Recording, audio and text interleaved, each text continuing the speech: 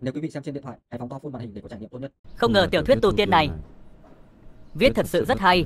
Nhân vật chính không chỉ có thể phi kiếm bay, mà còn có thể khống chế sấm sét. Nhưng nếu ta là nhân vật chính, ta chắc chắn sẽ lợi hại hơn hắn.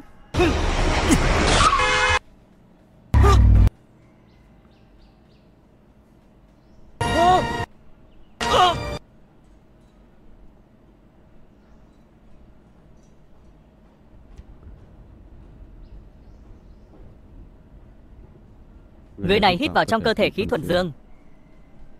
Quả thực là lò luyện đan có 102. Trường sinh tu tiên như leo lên thang trời, không bằng cùng thiếp thỏ ra thụt vào một phen, cùng nhau lên cực lạc.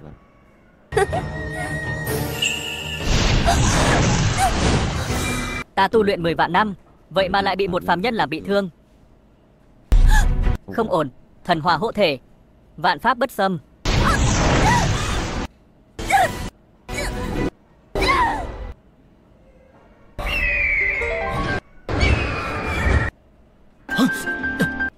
Ôi trời, ta thế mà lại xuyên không đến thế giới tu tiên. Ta còn được trọng sinh thành tu sĩ đệ nhất, đệ tử duy nhất của Thái Nhị chân nhân.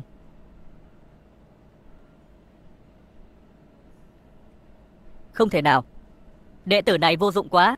Tu luyện suốt 500 năm, chỉ luyện được phép thuật bằng cái bật lửa. Ta vất vả lắm mới xuyên không được một lần, kết quả chỉ có vậy. Xem ra ta vẫn phải tìm cách xuống núi, tìm một môn phái chân chính dạy tu tiên, bái sư học đạo thôi.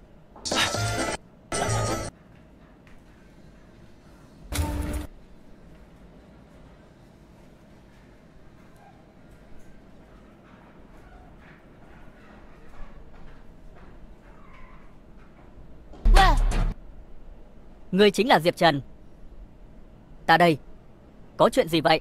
Ở đây cũng chẳng có ai khác. Ta là công chúa Nhan Như Ngọc của đế quốc Tử Nguyệt. Phụ hoàng ta nghe nói Thái Nhị chân nhân sắp phi thăng, nên đặc biệt sai ta đến đây để dự lễ và cùng ngươi thực hiện hôn ước. Hôn ước? Lão già này, xem ra ta đã hiểu lầm lão rồi. Bỏ phí ta 500 năm để lại cho ta một cơ hội ăn bám. Đế quốc Tử Nguyệt chính là đế quốc mạnh nhất nhân gian. Vế ăn dài hạn này thật thơm. Hắn thực sự là đồ đệ của Thái Nhị chân nhân. Sao lại chẳng có chút dáng vẻ của thiên tài tuyệt thế? Không chỉ vậy, cũng không có chút hơi thở của tu sĩ nào, hoàn toàn là một người phàm. Đã đến để thực hiện hôn ước, vậy thì mau ngồi xuống. Có điều, các người đến muộn rồi. Lão già đó đã sớm phi thăng đi mất rồi. Cút đi. Công chúa nhà ta là Kim Chi Ngọc Diệp, không ăn thứ bẩn thỉu như vậy, rác rưởi phàm tục. Trái cây dại này hơi tồi tàn. Vậy thì uống một tách trà. Không cần uống trà, đã nói rồi, công chúa nhà ta là thân Kim Chi Ngọc Diệp, lá mục nhặt đâu đó không rõ nguồn gốc. Đừng để công chúa nhà ta uống vào rồi đau bụng. Tiểu Hắc, đừng có la lối om sòm. Đây là khách. Chó hoang ở đâu ra, cũng dám sổ bậy với công chúa nhà ta. Ngươi thật sự là đệ tử của Thái Nhị chân nhân sao?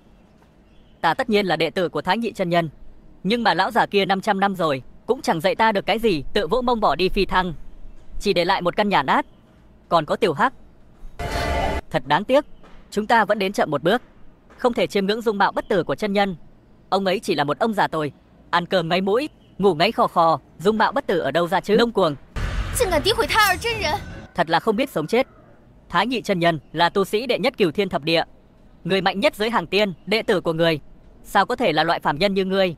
Đúng vậy, vì lão nhân gia đã phi thăng, hiện tại đã là Thái Nhị tiên nhân. Ngươi chỉ là một con kiến phàm nhân mà lại dám vô lễ với người ta như vậy, giả danh đồ đệ cũng đành, mà còn dám hạ thấp ông ấy. Ngươi không sợ ông ấy ở trên trời giáng lôi đánh chết người? Thôi đi Tiểu Hoàn, chúng ta đi thôi, đừng phí thời gian với hắn nữa. Còn phải vội đến Côn Luân Thánh vực tham gia đại điển thu đồ đệ. Vâng, công chúa. Ta khuyên ngươi đừng lấy danh đệ tử của Thái Nhị chân nhân lừa bịp khắp nơi, nếu không ta sẽ không khách sáo với ngươi. Không phải, ta nói thật mà chẳng ai tin. Thật phí phạm lương thực.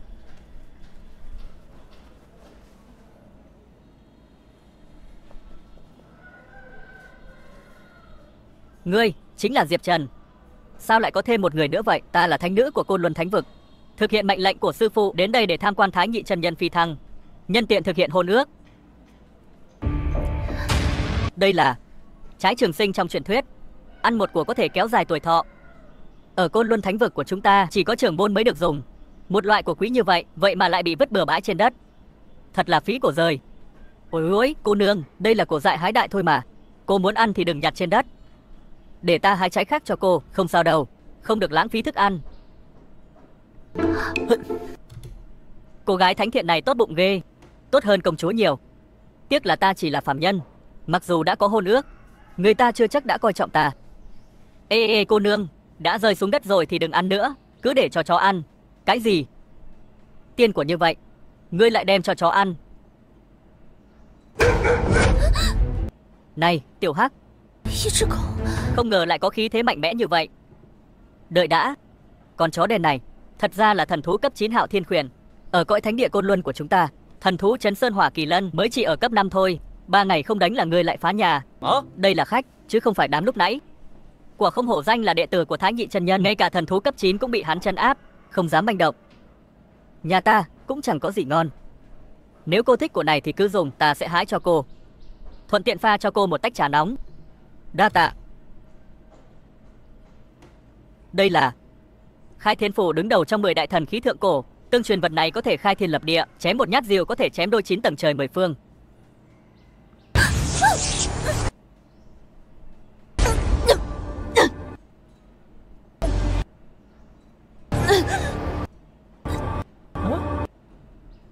Chuyện gì xảy ra vậy? Sao trời lại nổi giông? Sao cô lại nằm dưới đất thế? Đừng để bị lạnh. Sao lại yếu ớt thế này? Cô thấy không khỏe ở đâu? Mau ngồi xuống. Thôi, đừng ăn nữa. Uống một ngụm trà nóng để hồi sức. Uống trà nào.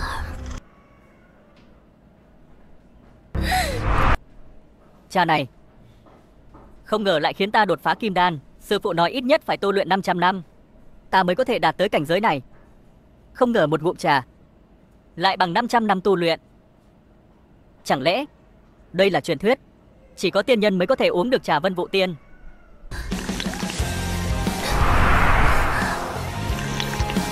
Chỉ uống một ngụm trà thôi mà.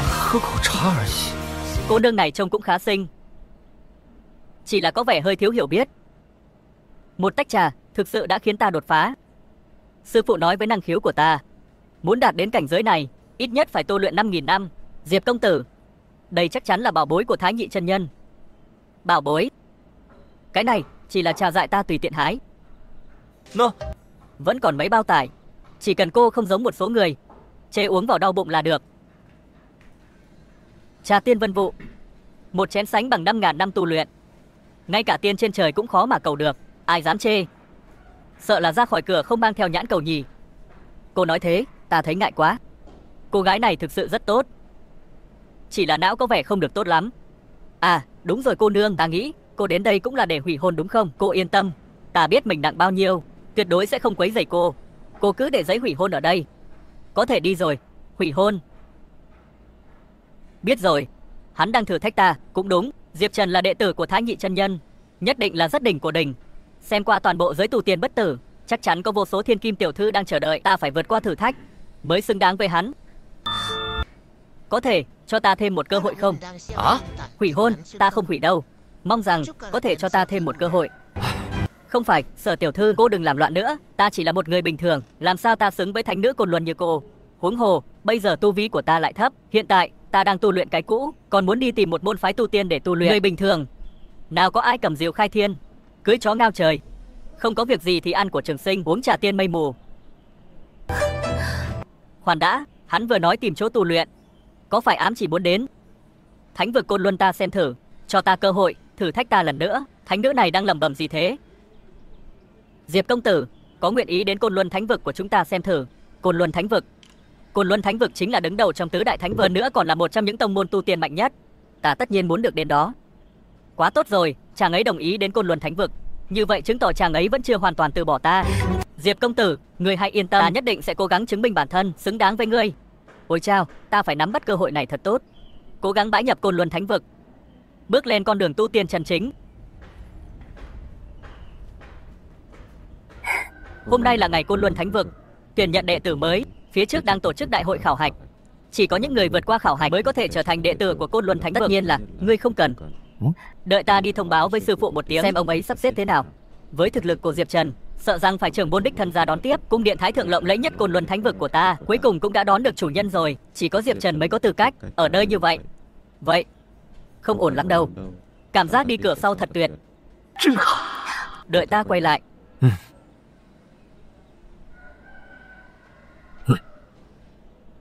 Mặc dù thực lực của hắn thâm sâu khó dò, nhưng lại không có chút khí chất của một cao nhân. Ngược lại còn dễ gần như một người bình thường. Có thể làm đạo lữ của hắn, thật sự là phúc phận 3 đời của ta.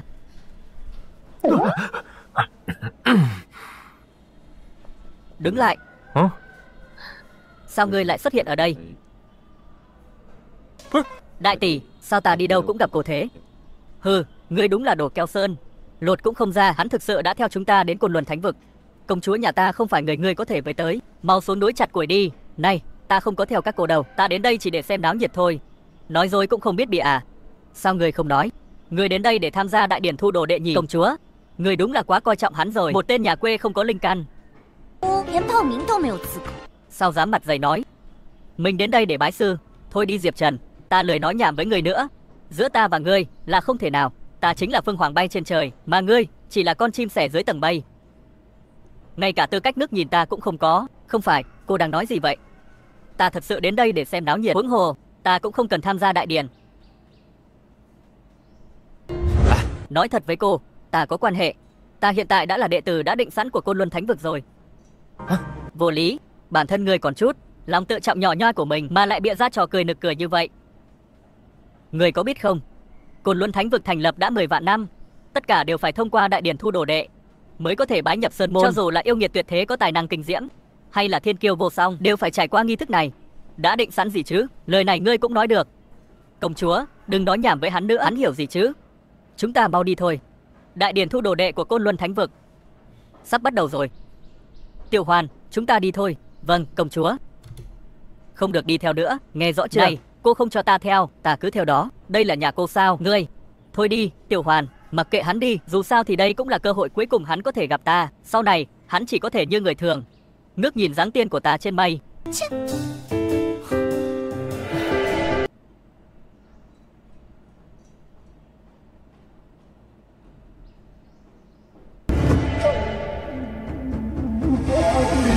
Đây là thánh nữ Côn Luân Sở Nguyệt Ly. Không ngờ hôm nay lại được gặp dung nhan tuyệt thế của nàng. Lần này dù không bái sư thành công, cũng coi như không uổng công một chuyến. Đúng vậy, trong 10 đại tông môn, không biết bao nhiêu thiên tài tuấn kiệt vì được ngắm dung nhan của nàng mà tranh giành đến đầu rơi máu chảy. Nghe nói nàng dù là tư chất hay đều là đỉnh cao. Không biết sau này ai có thể cưới được mỹ nhân này. Người bình thường không xứng với cô ấy. Theo ta thì chỉ có tiên nhân hạ phàm mới xứng với thiên trì kiều nữ này. Thánh nữ Côn Luân này của thật là phong tư tuyệt vời. Ta cũng nhất định phải trở thành người như cô ấy. Đại điển thu nhận đệ tử của Côn Luân Thánh vực chính thức bắt đầu. Thánh vực chúng ta sẽ kiểm tra để thu nhận đệ tử, để xem tư chất của các người. Chỉ cần đặt tay lên hỗn độn bia, giải phóng linh lực để hỗn độn bia phát sáng là có thể đo được tư chất của các người. Năng khiếu càng mạnh thì địa vị sau khi nhập môn càng cao, cũng có thể nhận được càng nhiều tài nguyên tu luyện.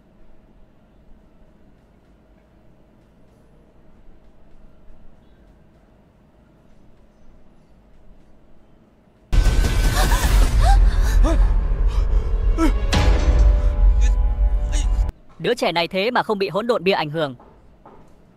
Vậy thì tiếp theo ai lên trước? Liễu Châu là Tây Hỗn.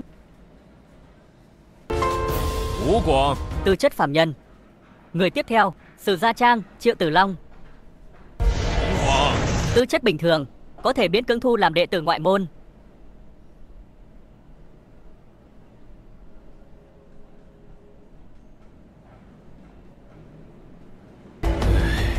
Lễ nhận đồ đệ lần này có gần 100 đệ tử. Tư chất đều không cao, thậm chí không có một đệ tử nòng cốt nào. Thực sự năm nay tệ hơn mọi năm trước. Sao hỗn độn bia này chỉ có đèn thần màu đỏ và xanh?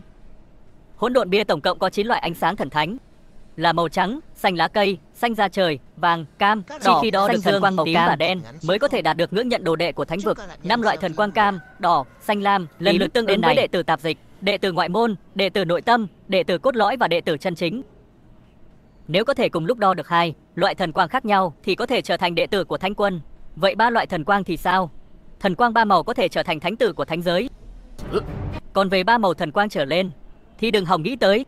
Chỉ có Thánh Quân Tổ khai sáng ra thánh vực Côn Luân mới đo được 5 màu thần quang. Trong 10 vạn năm, không ai có thể đo được tam sắc thần quang nữa. Cái này có vẻ hơi thú vị, nhưng may là ta không cần đo.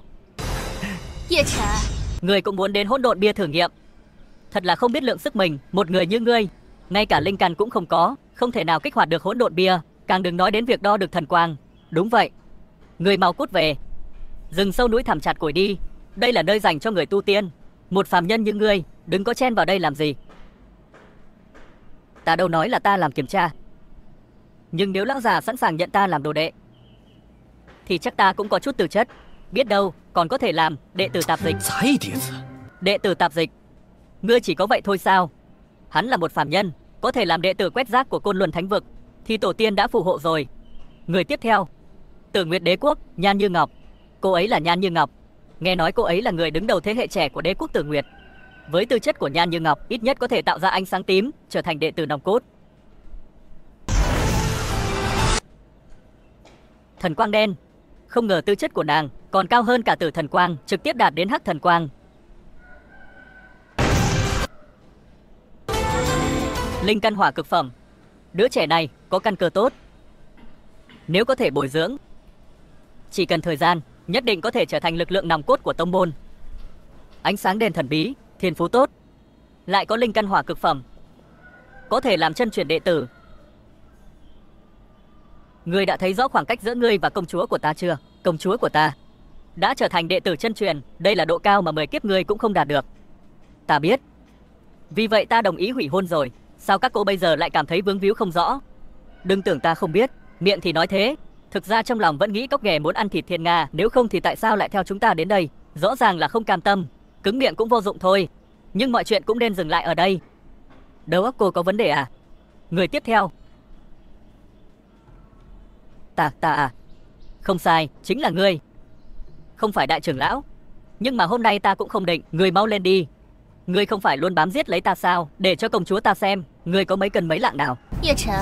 Bất kể ngươi có tự phụ thế nào, thì bia đá hỗn độn này sẽ khiến ngươi nhận ra bản thân. Khoảng cách giữa ngươi và ta là khác nhau một trời một vực, nhưng ta đã được nhận sẵn rồi. Nói mới nhớ, Sở Nguyệt Ly sao còn chưa đến? Không lẽ nàng cũng đang trêu đùa ta? Đối với một người bình thường như ta, thì có tư cách gì để được bước vào môn phái này? Người đến, báo tên và lai lịch. Ta là đệ tử của Thái Nhị chân nhân. Người đúng là đệ tử của Thái Nhị chân nhân, vậy nên mới không bị hỗn độn bia ảnh hưởng. Nghe nói Thái Nhị chân nhân đã đạt đến độ kiếp cảnh cửu trọng đỉnh phong, nửa chân đã bước vào tiên cảnh, bất cứ lúc nào cũng có thể phi thăng đến tiên giới. Nếu ngươi thực sự là đệ tử của Thái Nhị chân nhân, sợ rằng thiên phú chắc tuyệt, biết đâu có thiên phú của thánh tử. Dựa vào hắn, một kẻ vô dụng, chỉ là phàm nhân bình thường, làm sao có thể là đệ tử của Thái Nhị chân nhân? Các vị, đừng để hắn lừa. Chỉ là một tên nhóc quê mùa, không có tu vi cũng đành, ngay cả linh căn cũng không có. Thái Nhị chân nhân làm sao có thể có loại đệ tử phế vật như ngươi? Ngươi có biết đây là nơi nào không? Đừng có ở đây mà mất mặt. Dám nhận vơ là đồ đệ của Thái Nhị chân nhân, sẽ rước họa vào thân đấy. Nhưng mà ta đúng là đồ đệ của Thái Nhị chân nhân mà. Có lẽ sư phụ ta không phải là thiên hạ đệ nhất tu sĩ, nhưng mà người đúng là tên Thái Nhị chân nhân. Ồ, có lẽ, có khả năng là trùng tên không? Không nên như vậy. Đại trưởng lão, rốt cuộc tên này là thế nào? Ta dùng pháp nhãn để dò xét, hắn không có căn cơ, không có linh căn, ngay cả linh khí cũng không thể ngưng tụ, hoàn toàn là một người bình thường. Bình thường? Trong thánh vực Côn Luân của ta, người bình thường còn chẳng bằng phế vật. Thái Nhị chân nhân một đời anh minh, sao có thể nhận một phế vật trong số phế vật làm đồ đệ? Đúng rồi, cũng phải nói nữa, Thái Nhị chân nhân là cường giả cỡ nào, đồ đệ cũng tuyệt đối là cao cao tại thượng. Sao có thể chạy đến tham gia đại điển thu đồ đệ của Côn Luân Thánh vực ta? Chúng ta quyết không cho phép. Loại phế vật như ngươi ở đây lừa bịp. Mau chóng rời đi, nếu không sẽ bị sấm sét tiêu diệt. Nhưng những gì ta nói đều là sự thật, ta không hề lừa dối. Đến lúc này rồi mà ngươi vẫn còn cứng đầu, nếu chọc giận trưởng lão Thánh vực sẽ bị sét đánh chết, đến lúc đó hồn ngươi sẽ tan biến. Ta khuyên ngươi nên cúi đầu nhận lỗi, có lẽ trưởng lão Thánh vực sẽ tha cho ngươi một mạng. Mau quỳ xuống, những gì ta nói đều là sự thật. Hơn nữa ta cũng không lừa gạt. Tại sao ta phải quỳ xuống? Ngươi có phải là đệ tử của Thái Nhị chân nhân không? Không quan trọng nữa rồi, chủ yếu là ngươi không có linh căn. không thể dẫn động hỗn độn bia này. Ngươi mau rời đi. Chúng ta cũng không cần so đo với một người bình thường. Ngay từ đầu ta cũng không muốn tham gia thử thách. Nơi này không giữ được người tài, ắt sẽ có nơi khác giữ được. Đợi đã. Năm xưa Thánh Quân đã nói, chúng ta tuyển chọn đệ tử của Thánh vực Côn Luân, cho dù là phàm nhân, cũng nên cho họ một cơ hội thử thách. Sao không để hắn thử xem? Đại trưởng lão, mặc dù vậy, nhưng hắn chỉ là một phàm nhân. Ngay cả hỗn độn bia cũng không thể lay chuyển. Để hắn lên, thật sự là lãng phí thời gian. Chẳng lẽ vừa rồi các người không chú ý? Đứa trẻ này dưới áp lực linh hồn của hỗn độn bia hoàn toàn không bị ảnh hưởng sao? Người phàm chân chính ước chừng đã sớm bị chấn động, thất khiếu chảy máu. Nếu hắn thật sự là phàm phu tục tử, chúng ta nhiều nhất cũng chỉ là lãng phí một chút thời gian mà thôi. Lời này có lý. Vậy thì để hắn thử xem. Vì đại trưởng lão đã mở lời, vậy thì ngươi cứ thử xem. Được rồi. Ngươi thật may mắn đã qua mặt được ta. Nhưng lát nữa lộ nguyên hình thì xấu hổ lắm đấy. Phế vật mãi mãi chỉ là phế vật. Ồ, không biết liệu có thể kích hoạt được viên đá hỗn độn này không?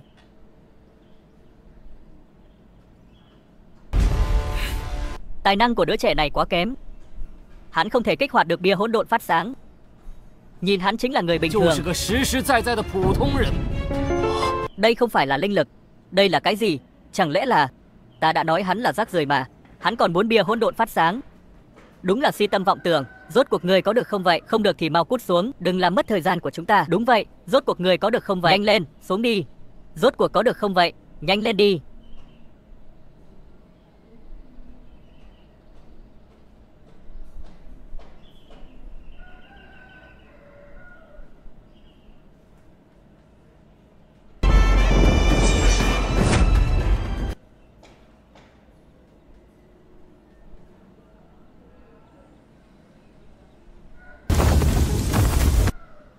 Đây đúng là kiều sắc thần quang trong truyền thuyết.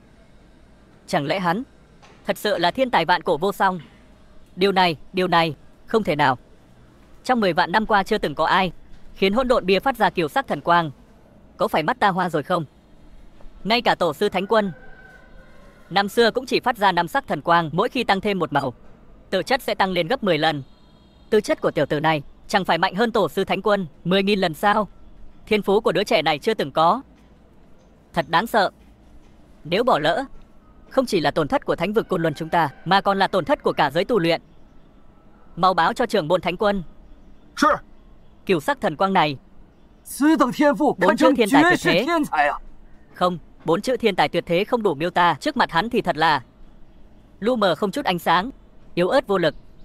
Nếu sau này hắn trưởng thành, Thánh vực Côn Luân chúng ta nhất định có thể đạt tới đỉnh cao của đại lục huyền linh này. Từ tông môn thứ nhất biến thành môn phái, đè bẹp trăm đời, vạn cổ ngang dọc. Không ngờ trong đời thật sự có thể thấy được kiều sắc thần quang. Thật không hổ là đệ tử của Thái Nhị chân nhân. Chỉ có tu sĩ đầu tiên của huyền linh đại lục mới có thể có đôi mắt nhìn người tinh tưởng như vậy, trong biển người mênh mông tìm được thiên tư tuyệt thế như vậy. Kiều sắc thần quang không thể nào. Một người ngay cả linh căn thậm chí không có thể dẫn động hỗn độn bia cũng được rồi, làm sao có thể dẫn động kiều sắc thần quang mà 10 vạn năm nay chưa có ai. Với tư chất của công chúa chỉ có thể dẫn động thần quang đen, Diệp Trần là phàm nhân lại có thể dẫn động thần quang 9 màu. Chẳng lẽ ta có mắt như mù, nhìn nhầm rồi? Hay là tên tiểu tử Diệp Trần này vẫn luôn dạ heo ăn thịt hổ? Trời ơi, chuyện gì xảy ra vậy? Sao ta lại có thể kích hoạt thần quang 9 màu chứ? Nãy thằng kia không phải nói kích hoạt được 3 loại thần quang trở lên là chuyện không thể sao? Không thể nào. Mình gà mờ thế này làm sao có thể dẫn động kiều sắc thần quang được? Chẳng lẽ cái đồ chơi này có vấn đề rồi sao? Nếu cái này hỏng, ta không đền nổi đâu. Ôi trời! Sao lại có chuyện này?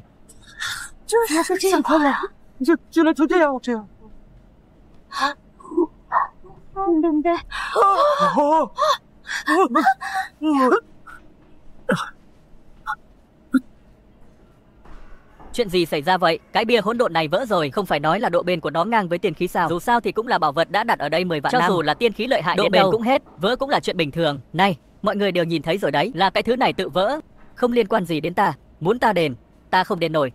Hỗn độn bia mà không chịu nổi, cửu sắc thần quang vỡ tan tại chỗ. Cái này không đúng rồi. Đây rốt cuộc là sức mạnh gì? Vậy mà khiến hỗn độn bia cũng không chịu nổi. Hay là nói, đây có ẩn tình. Người dẫn động cửu sắc thần quang có thể trở thành thánh vực thánh tử. Hỗn độn bia, yên tâm đi, sẽ không tìm ngươi đền bù đâu. Vậy thì ta cảm tạ trời đất cảm tạ ngươi. Còn thánh tử gì gì đó, ta chỉ là một người bình thường. Còn cửu sắc thần quang lúc nãy, biết đâu chỉ là ngoài ý muốn. Quả nhiên là như vậy. Trưởng lão, tiểu tử Diệp Trần này cũng có chút tự biết. Hắn nói không sai, chỉ với một người như hắn, không có khí hải, không có linh căn của một phàm nhân tầm thường, làm sao có thể dẫn động được cửu sắc thần quang. Theo ta thấy, hỗn độn bia đã đến thời hạn sử dụng. Còn cửu sắc thần quang này chính là hỗn độn bia sắp nổ tung mà phát ra. Hắn chỉ may mắn vừa khéo gặp lúc đó. Nếu thực sự thử nghiệm thì chắc chắn không thể dẫn ra một luồng thần quang nào. Đúng, chắc chắn bia hỗn độn sắp hỏng.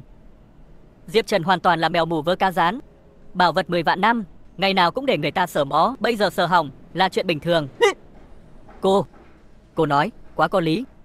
Ta đã nói rồi, làm sao ta có thể dẫn động cửu sắc thần quang của hỗn độn bia? Hóa ra đây là điểm báo vật này sắp hỏng.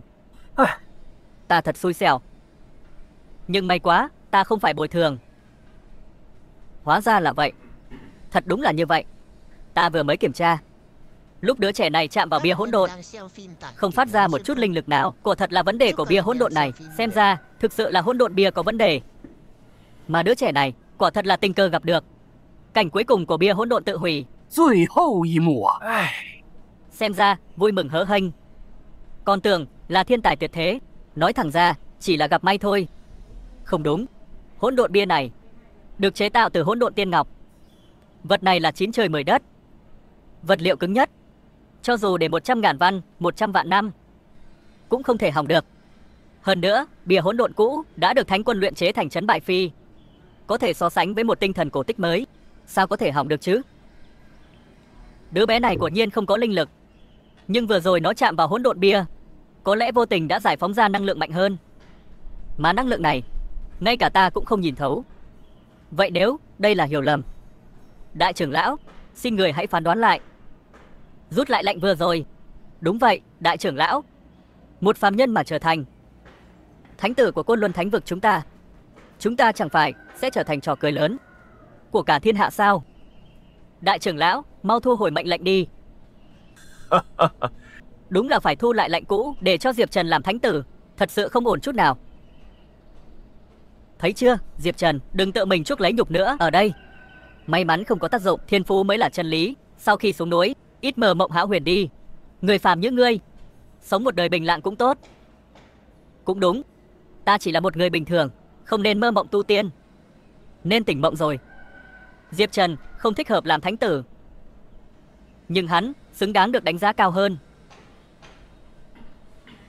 Ta tuyên bố phong Diệp Trần làm thánh tử đứng đầu thánh vực Côn Luân. Cái gì? Thánh tử đứng đầu lại là hắn?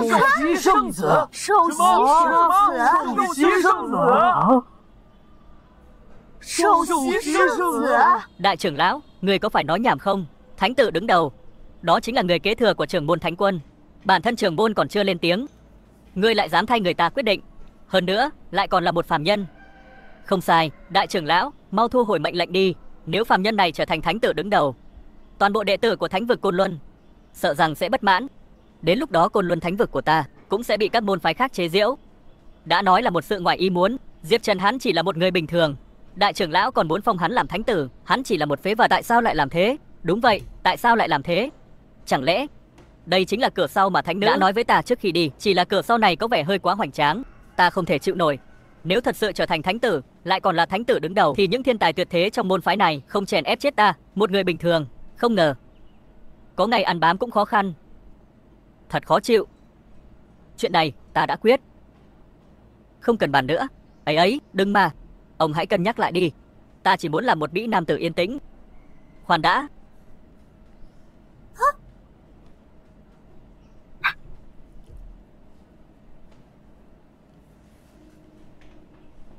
Hóa ra là thánh tử Lâm Thiên Phàm.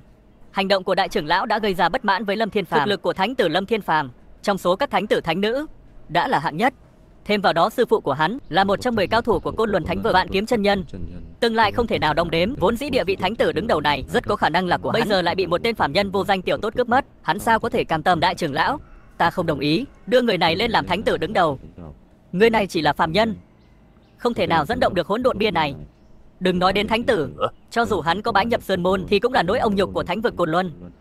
Thánh tử của chúng ta, người nào không phải là thiên tư trác tuyệt, thực lực cường hãn, rồng không ở chung với rắn. Xin đại trưởng lão thu hồi thành mệnh, nếu không sẽ rời khỏi thánh vực Côn Luân.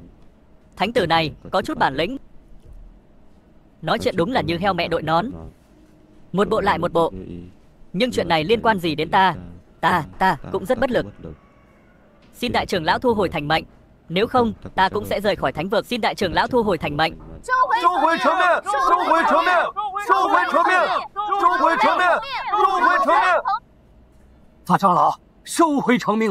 Rất nhiều đệ tử xuất sắc đang phản đối. Chẳng lẽ ngài vẫn muốn cố chấp sao?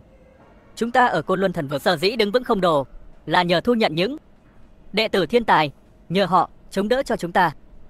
Đúng vậy, chỉ vì một phàm nhân là Diệp Trần mà khiến lòng người hỗn loạn. Đây chính là con đường rước họa. Sau này thánh vực Côn Luân của chúng ta làm sao có thể đứng vững trong giới tu tiên? Xong rồi, động tĩnh này càng ngày càng lớn, sợ rằng ta không thể ăn bám được nữa, sẽ bị đám đệ tử này nhắm vào đến chết. Thấy chưa, Diệp Trần, nếu ngươi có chút tự biết thì đã xuống núi từ sớm mà không đến dây dưa với ta, mọi chuyện sẽ không đến mức này. Chỉ vì ngươi, bây giờ toàn bộ Côn Luân Thánh Vực đều trở nên hỗn loạn. Đúng là tên sao chổi. Các ngươi nói không sai, Côn Luân Thánh Vực của ta sở dĩ vững như bàn thạch chính là vì rộng rãi thu nạp nhân tài. Nhưng giờ đây vạn người chọn một, không phải là tỷ người chọn một, đã xuất hiện trước mắt các ngươi. Các ngươi lại dùng ánh mắt hẹp hòi muốn đuổi hắn đi. Đi thì tốt, không tiễn. Sư phụ ta là Vạn Kiếm chân nhân, đã có công dưỡng dục ta. Thánh vực Côn Luân chính là nhà của ta. Vừa rồi ta nói chỉ là lời tức giận không tính. Thực ra thánh tử này ta không làm được. Hay là nhường lại cho ngươi đi. Ngươi dám nhục mạ ta, đem ta ra làm trò cười. Ta nói lời thật lòng, chức này ta không làm được. Chức đệ tử đứng đầu này đến lượt ngươi ra tay rồi, ta có thể tự tay lấy lại. Đừng nghĩ rằng có trưởng lão chống lưng mà có thể mãi mãi đắc ý. Không dễ dàng như vậy đâu. Muốn trở thành thánh tử đứng đầu phải có đủ thực lực. Đại trưởng lão, ta xin được giao đấu với hắn. Nếu hắn thắng được ta sẽ công nhận hắn là thánh tử đứng đầu. Ôi trời, thánh tử thánh vực đấu với ta. Thân hình nhỏ bé này của ta không bị đánh cho nát bét là may rồi. Lâm Thiên Phàm đã là kim đan viên mãn cảnh giới, một chân đã bước vào nguyên anh kỳ. Võ công của hắn, trong số những người cùng thế hệ thì hắn là người giỏi nhất. Còn tên Diệp Phàm này, thậm chí còn không có linh can, đúng là một phàm nhân. Hai người bọn họ không cùng một cấp bậc, không thể so sánh được. Đại trưởng lão vẫn nên đuổi Diệp Phàm ra ngoài đi. Dẹp yên chuyện này, tốt nhất là thu hồi chức thánh tử của hắn. Nếu không một khi đánh nhau, Diệp Trần sẽ bị Lâm Thiên Phàm nghiền chết bằng một ngón tay. Ai nói không thể đấu?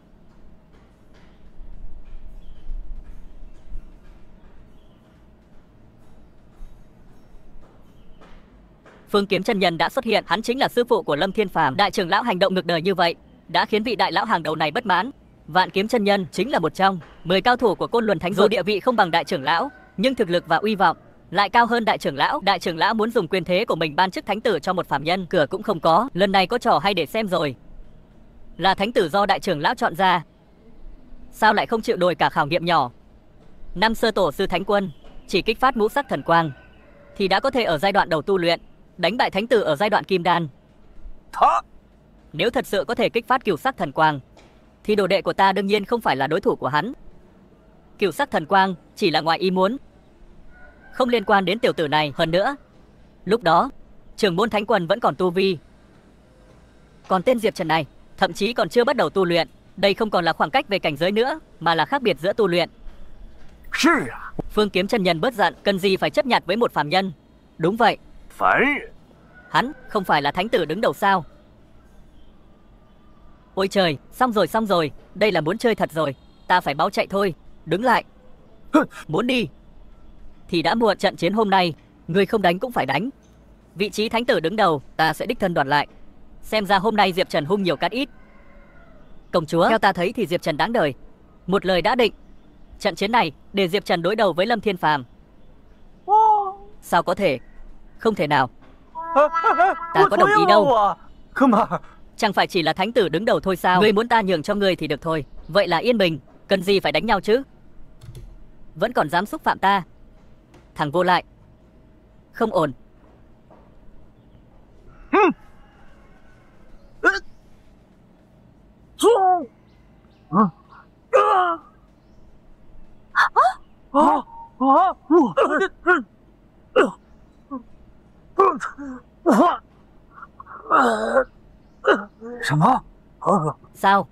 Sao có thể như vậy được? Đệ tử. Tình hình này là sao? Đứa trẻ này lại có thể đánh bay Lâm Thiên Phàm. Hắn vừa dùng thủ đoạn gì vậy? Rõ ràng là một phàm nhân, nhưng lại có thể đánh bay cao thủ kim đan kỳ. Sợ rằng đằng sau hắn có cao nhân giúp đỡ. Đừng nhìn ta. Nếu ta ra tay, các người đứng cạnh ta sẽ rõ ràng thôi. Nói thêm, cũng không thể qua mắt được Vạn Kiếm chân nhân. Tiểu tử, thật to gan dám làm hại đồ đệ của ta. Đừng có vu khống. Ta thậm chí còn chưa đụng đến hắn, là do hắn tự mình bay ra. À, ta hiểu rồi. Các người muốn đụng chạm đúng không? Ngươi còn biết giả vờ ngây ngốc nữa à? Xem ra hôm nay lão phu đã đánh giá thấp người rồi. Ta không quan tâm ngươi đã dùng thủ đoạn gì. Ngươi dám làm bị thương đồ đệ của ta, còn dám sỉ nhục hắn. Hôm nay ta nhất định phải lấy mạng ngươi. Ngươi già rồi mà không biết lý lẽ. Vừa rồi đồ đệ của ngươi muốn giết ta, ngươi không quan tâm. Ngươi lại muốn giết ta. Còn có thiên lý không? Có còn vương pháp không? Giả vờ ngây ngốc không có tác dụng. Ngươi phải biết điều. Thanh kiếm trong tay ta chính là lẽ phải. Đây là Chu Tiên kiếm. Một kiếm có thể chém trời diệt đất. Năm xưa Vạn Kiếm chân nhân đã dùng Chu Tiên kiếm này chém giết vô số yêu ma. Sát khí vô hình trên lưỡi kiếm này đủ để chém đôi tên phàm nhân Diệp Trần này, cắt thành vạn đoạn. Vạn Kiếm chân nhân, ngươi là bậc tiền bối cao cao tại thượng, lại đi bắt nạt một kẻ hậu bối tầm thường, có phải là hơi quá đáng không? Ta quá đáng. Đại trưởng lão, đừng tưởng ta không biết. Thằng nhóc này dám ngang ngược là vì có ngươi chống lưng. Thảo nào, ta nói Diệp Trần sao có thể đánh lui Lâm Thiên Phàm, thì ra là có đại trưởng lão âm thầm giúp đỡ. Chỉ với tư chất như vậy, làm sao có thể thắng được thánh tử Côn Luân chứ? Chỉ tiếc là nếu hắn nghe lời khuyên lúc nãy, rời đi sớm hơn, còn có thể bảo toàn được một mạng. Công chúa, đều là do hắn tự chuốc lấy cái chết. Hắn tự chuốc lấy cái chết cũng tốt, như vậy hắn sẽ không còn tiếp tục quấn lấy người nữa. Diệp Trần tuy thiên tư tuyệt thế, không thể tự thông ngưng luyện tiên lực, nhưng rốt cuộc cũng chỉ là phàm nhân. Hắn có thể đánh lui Lâm Thiên Phàm, nhưng chưa chắc đã là đối thủ của Vạn Kiếm chân nhân, loại tu sĩ đỉnh cao này. Trường Kiếm Trung, ngươi nói ta bảo vệ Diệp Trần, ngươi dùng mắt nào nhìn thấy ta ra tay? Rõ ràng là đồ đệ của ngươi không bằng người, cũng chứng tỏ Diệp Trần là kỳ nhân thiên phú thực sự. Nhận định của ta không sai, ngươi lại xấu hổ tức giận, ra tay với một kẻ hậu bối, là muốn bóp chết thánh tử đứng đầu Côn Luân thánh vực của ta sao? Ngươi không sợ thánh quân trách tội sao? Thánh tử đứng đầu chó má gì? Hỏi mọi người ở đây xem ai tin. Hơn nữa, ai nói ta tức giận vì xấu hổ? Ta chỉ thử thách hắn thôi. Nếu hắn thực sự có bản lĩnh thì sẽ không bị ta một kiếm chém chết. Nếu hắn không đỡ được kiếm này của ta thì chứng tỏ hắn không xứng làm thánh tử. Đừng nói nhảm nữa, đại trưởng lão, tu vi của ngươi không bằng ta. Lần này ta sẽ đích thân ra tay, xem ngươi còn bảo vệ hắn thế nào. Không thể nào, ta chỉ là một con cá rô thôi, không đến nỗi chứ. Vừa rồi đồ đệ ngươi dùng súng phòng không đánh con muỗi như ta, bây giờ ngươi lại dùng cả bom nguyên tử để giết ta. Một con muỗi gì mà được thế? Số ta thật khổ. Vừa mới xuyên không đến đây chưa được mấy ngày, tu tiên bất tử mà chẳng tu được, bây giờ lại phải lên Tây Thiên đi gặp Phật tổ. Tiểu tử, chịu chết đi.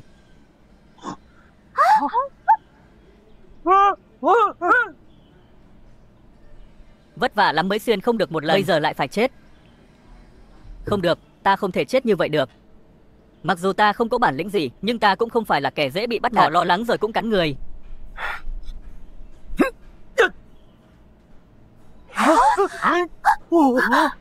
Vận công. Cái thằng nhóc này sao dám chống đối? Loại pháp thuật cấp bậc của nó thậm chí còn không thắp được hương, làm sao có thể chống lại tiên kiếm được? Nếu ta là nó, lúc này sẽ ngoan ngoãn chịu chết, ít nhất cũng có thể chết một cách thoải mái. Không đúng, đây là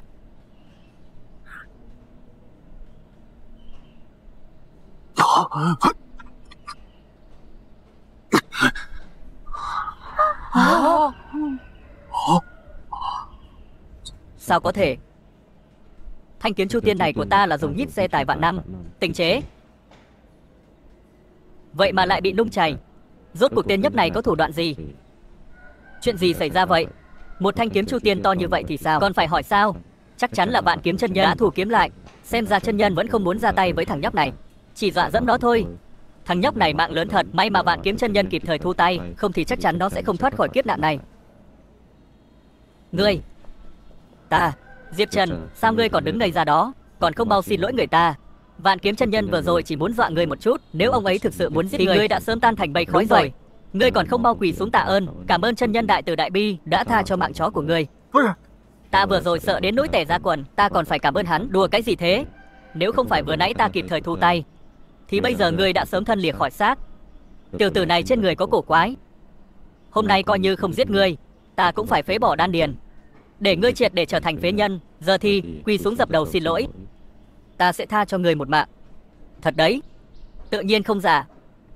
Cho dù là thật, ta cũng sẽ không xin lỗi. Rõ ràng là các người không biết lý lẽ. Ta không nói lần thứ hai. Quỳ xuống xin lỗi, nếu không ngươi sẽ phải đối mặt với cơn thịnh nộ ngút trời của một tu sĩ đại thành. Không phải ngươi, một phàm nhân nhỏ bé có thể chịu đựng được. Diệp Trần, đừng không biết điều. Vạn Kiếm chân nhân đã đồng ý sẽ tha cho ngươi một mạng. Đây là cơ hội sống cuối cùng của ngươi. Mau quỳ xuống đi. Một kẻ phàm phu như ngươi, Vạn Kiếm chân nhân giết người dễ như giết kiến. Ngươi còn không mau quỳ xuống dập đầu nhận tội, rồi mau cút về lại núi của ngươi. Ngươi chẳng có chút tu vi nào, giết một phàm nhân như ngươi chỉ làm bẩn tay ta, nhưng ta cũng không tha cho ngươi. Để ngươi 30 năm sông Đông, 30 năm sông Tây giết trở về đầu thánh vực. Diệp Trần là thánh tử đứng đầu tương lai. Ta khuyên ngươi đừng có vô lý, nếu không trưởng môn thánh quân trách tội. Trường kiếm chung người khó mà chối cãi. Thánh tử đứng đầu cái gì? Ngươi hỏi xem ai ở đây đồng ý, dù sao ta không đồng ý. Ngươi nói, tại sao trưởng lão này lại cố chấp muốn Diệp Trần làm đệ tử chính của hắn? Rõ ràng là hắn chỉ là một kẻ vô dụng, không có điểm sáng nào cả. Ta có người chống lưng, bây giờ ta đã là người của Côn Luân Thánh Vực. Sợ rằng giữa tên Diệp Trần này và trưởng môn trưởng lão có quan hệ mờ ám. Nhất định là như vậy. Còn phải hỏi sao? Một người bình thường như hắn mà lại có thể đánh lui thánh tử Lâm Thiên Phàm, chắc chắn là đại trưởng lão đã ngầm giúp đỡ mới có được sức mạnh như vậy. Ta hỏi ngươi sao trước đây ngươi tự tin đến vậy, nói mình không cần thử thách cũng có thể trở thành đệ tử thánh vực, hóa ra là dựa vào quan hệ với đại trưởng lão. Thật là vô liêm sỉ. Ta có quan hệ với đại trưởng lão. Đại tỷ, cô có muốn nghe xem mình đang nói gì không? Nếu cô nói ta có quan hệ với thánh nữ còn nghe được, dù sao thì ta còn phải ăn bám người ta nữa. Thật là không biết xấu hổ. Cái chày cái cối cũng vô dụng. Đại trưởng lão, ngài vì tên Diệp Trần này thật sự là hết lòng hết sức, nhưng tất cả đều vô ích. Đéo cày giữa đường, ngài càng thiên vị hắn, mọi người càng không phục. Thì ra là vậy. Ta nói sao đại trưởng lão nhất định phải để hắn làm thánh tử? Không phải thánh vực các ngươi nói tuyển chọn đệ tử phải công bằng sao? Giờ xem ra thật nực cười. Đệ tử thánh vực này không làm cũng được, hóa ra là đi cửa sau. Ta đã nói sao hắn có thể kiều sắc thần quang, hóa ra đều là diễn kịch. Đại trưởng lão, trách gì ngươi quyết đoán như vậy, để hắn trở thành thánh tử đứng đầu? Tiểu tử này chẳng lẽ là người ngươi ở nhân gian thò ra thụt vào có được tên nghiệt chủng này? Làm như vậy là lấy công mưu tư. Ngươi định đặt quy củ của thánh vực Côn Luân chúng vào đâu? Danh tiếng hàng chục vạn năm của thánh vực Côn Luân sợ rằng sẽ bị ngươi và thằng nhóc này phá hỏng. Nói bậy. Lúc đầu ta chỉ muốn phế bỏ hắn, bây giờ xem ra vì thanh minh của Côn Luân Thánh Vực, hôm nay tên tiểu tử này nhất định phải chết. Trương Kiếm Trung, người dám?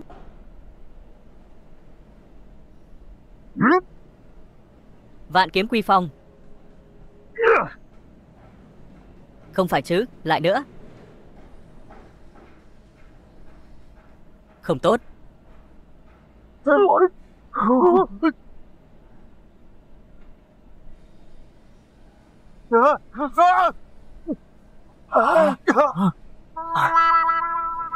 Không phải là ngươi cũng bay ra ngoài sao? Ngươi và đồ đệ của ngươi sẽ không phải là chuyên gia đụng chạm chứ? Vạn Kiếm chân nhân này thổi phồng lợi hại như vậy, sao mỗi lần ra tay đều là sấm to mưa nhỏ? Sẽ không giống như Thái Nhị chân nhân chứ? Đều là một lão lừa đảo chỉ biết khoác lác. Đại trưởng lão, không ngờ ngươi còn có chút bản lĩnh, thật sự có thể đỡ được một kích của ta. Nhưng ngươi đã hoàn toàn chọc giận ta. Hôm nay tên nhóc này không chết. 4 chữ Vạn Kiếm chân nhân viết ngược lại. Vạn kiếm quyết cảnh giới cao nhất. Vạn kiếm quý nhất. Ta rõ ràng không làm gì cả. Mà nó chứ, lần này là thật rồi. Dừng tay.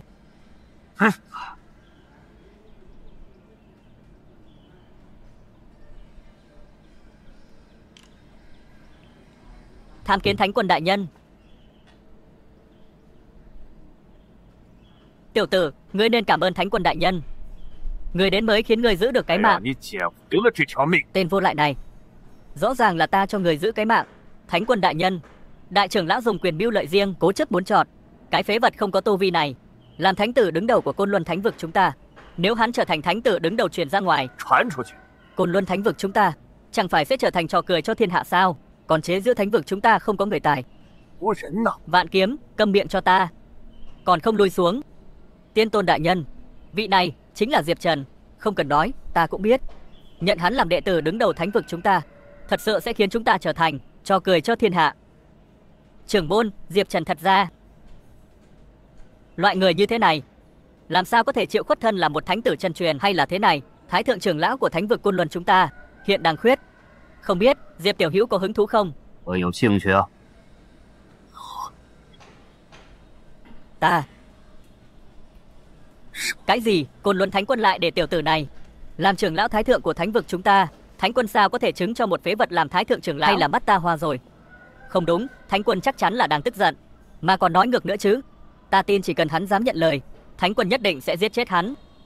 Ta cũng thấy vậy. Chức thái thượng trưởng lão này tuyệt đối sẽ không để loại người như vậy làm. Diệp Trần, sự việc đã lớn rồi, ngươi mau quỳ xuống xin lỗi đi, nếu không sẽ liên lụy đến cả đại trưởng lão. Đúng vậy, còn ngây ra đó làm gì? Đều nói bậy bạ cả. Lời của trưởng môn Thánh Quân tuyệt đối không sai. Ông ấy muốn để Diệp Trần làm thái thượng trưởng lão. Đám chuột nhắt các ngươi đều câm miệng cho ta. Để một phàm nhân làm thái thượng trưởng lão của thánh vực Côn Luân chúng ta, là cả thế giới này điên rồi hay là ta điên rồi? Trưởng môn Thánh Quân, tuy rằng Diệp Trần hắn tư chất tuyệt luân, nhưng các người nâng hắn lên tận trời như vậy, có phải hơi quá đáng không? Các người có tư cách gì mà nói? Quá đáng gì chứ, ta còn thấy chưa đủ. Chỉ tiếc là Côn Luân Thánh vực của ta quá nhỏ, không chứa nổi vị đại thần này. Thánh Quân, đừng trêu ta nữa. Với năng lực của ta, chỉ cần làm đệ tử tạp dịch là ta đã mãn nguyện lắm rồi. Cái gì mà thái thượng trưởng lão, ta còn không dám nghĩ. Sư tôn, với thực lực của Diệp Trần sẽ không coi trọng sự sắp xếp của người đâu. Hắn chỉ đến để thử thách chúng ta, chứ không phải đến để bái sư. Đúng là khi đã đạt đến cảnh giới tu vi như vậy, thì địa vị hay thân phận trong mắt hắn cũng chỉ như mây trôi. Dù sao thì hắn cũng đến để thử thách chúng ta, không thể nịnh hót quá đà. Nếu vậy thì để ngươi làm đệ tử tạp dịch đi. Ngươi thấy thế nào? Thỏa mãn, đa tạ Thánh Quân. Ôi, không được, mau đứng dậy.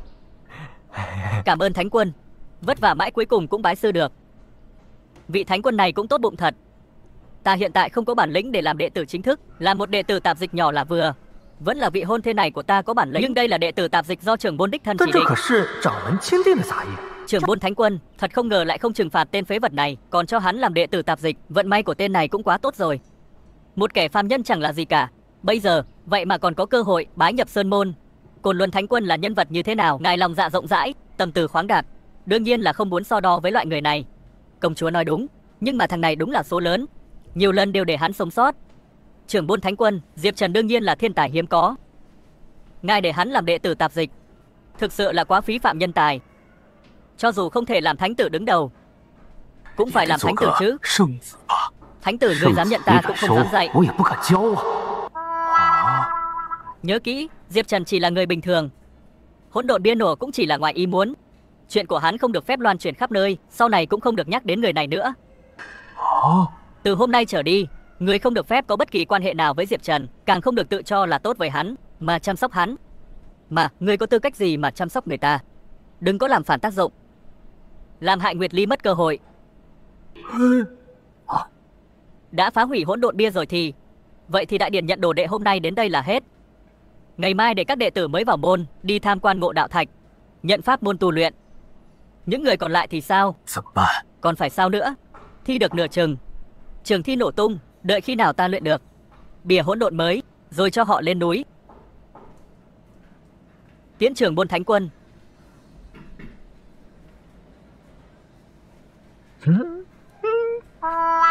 Sở Thánh Nữ, hôm nay thực sự cảm ơn cô. Nếu không với tư chất của ta thì căn bản là À đúng rồi, đá ngộ đạo là thứ gì vậy? Diệp công tử khách sáo rồi, đừng gọi ta là thánh nữ. Sau này cứ gọi ta là Nguyệt Ly đi. À được, Nguyệt Ly. Không ngờ Nguyệt Ly là thánh nữ của môn phái, lại không hề chê bài ta, còn dịu dàng thân thiết như vậy. Chỉ tiếc là ta bây giờ chỉ là một kẻ quét dọn, không xứng với người ta. Vậy sau này cô cứ gọi ta là Diệp Trần đi. Công tử gì đó khách sáo quá. Được, Diệp Trần. Tuy hắn có tu vi thông thiên, nhưng lại không có vẻ cao nhân ẩn sĩ. Biết đâu ta lại có cơ hội. Khoan đã, vừa nãy hắn có nhắc đến ngộ đạo thạch, có phải là có ý gì không? Ồ, là thế này. Cái ngộ đạo thạch này là nơi các đệ tử nhập môn học công pháp. Trong tảng đá này chứa đựng tất cả các công pháp của thánh vực Côn Luân chúng ta. Từ khi lập tông đến nay đã được 10 vạn năm, tất cả các đệ tử mới nhập môn đến trước viên đá này để ngộ. Tùy theo căn ngộ của mỗi người, nó sẽ đưa ra các công pháp tương ứng. Nếu căn ngộ càng cao thì công pháp đưa ra càng mạnh. Đây mới chính là chất lượng giáo dục, dạy học theo năng khiếu. Chỉ không biết đệ tử tạp dịch như ta có thể lĩnh ngộ được loại công pháp nào. Thôi kệ, ta đi cửa sau vào. Trình độ chuyên môn vô ích khi thông qua, ta cũng chỉ là một cái rắm. Hắn quan tâm đến đạo ngộ thạch. Ồ, ta hiểu rồi. Chắc chắn hắn muốn xem trình độ công pháp của tông môn chúng ta. Đây chắc chắn là vòng thử thách đầu tiên của hắn đối với ta. Hay là ngày mai ta sắp xếp cho người đi quét dọn ở đạo ngộ quảng trường, tiện thể khảo sát. Không đúng, tiện thể xem xét. Thật chứ? Tất nhiên là thật rồi. Không hổ danh là vợ chưa cưới của ta, còn chưa thò ra thụt vào đã làm chồng ta đau lòng. Không muốn. Cuối cùng ta cũng có cơ hội. Có rất nhiều người.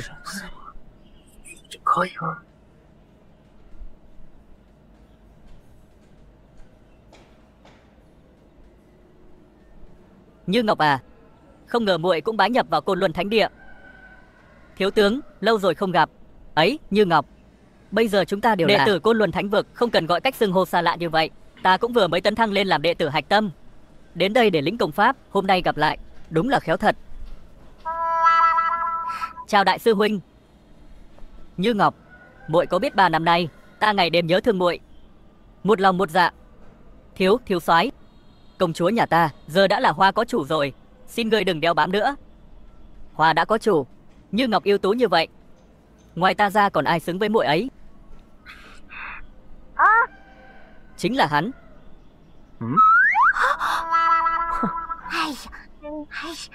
Công chúa, để hai con chó liếm này cắn nhau. Ồ, chắc hẳn đó là một tên tạp dịch. Như Ngọc à, muội vì từ chối ta cũng không cần phải tìm lý do như vậy. Ấy, thiếu tướng, người đã nói sai. Đó không phải là một đệ tử hầu hạ bình thường. Hắn có mối quan hệ mật thiết với đại trưởng lão. Suýt nữa thì đi cửa sau thành thánh tử đứng đầu đó. Cái gì? Chỉ một tạp dịch mà dám làm bẩn vị trí thánh tử? Như ta đây là thiên tài, cũng phải tu luyện 3 năm 50 năm mới có cơ hội. Yên lặng. Các đệ tử mới vào, nhìn cho kỹ, đây chính là ngộ đạo thạch. Vượt Côn Luân trong 10 vạn năm, chỉ cần tiến lên cảm ngộ là có thể đạt được. Khi ngộ đạo thạch có cảm ứng, sẽ lấy lên ánh sao phun. Ngộ tính càng cao, ánh sao lóe sáng càng nhiều, công pháp nhà ra càng tốt. Tiếp theo, chỉ dựa vào bản lĩnh của chính các ngươi thôi.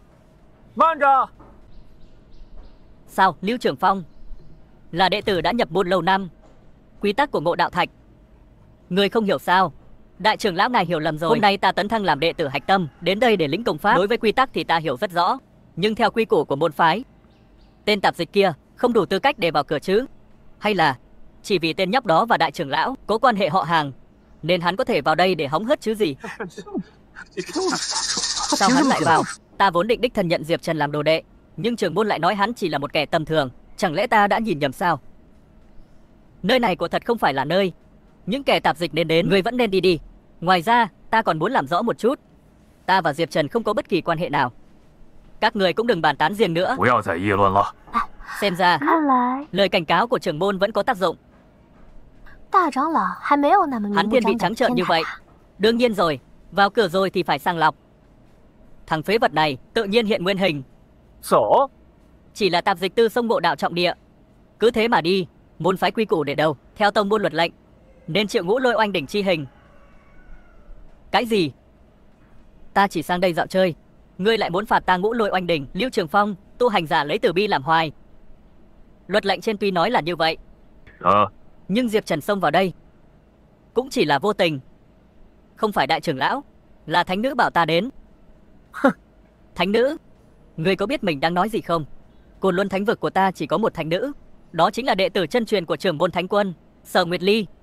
Ngươi chỉ là một tạp dịch, cũng không biết xấu hổ soi gương lại mình, còn dám nói là thánh nữ sắp đặt, nói rồi cũng không biết nói. Đúng vậy, ngươi mau nhận lỗi đi. Quảng trường Ngộ Đạo chính là trọng địa của tông môn, lỡ xông vào sẽ bị phạt tử hình. Cho dù là trưởng lão cũng không giúp được ngươi. Có người chính là vịt chết cứng miệng.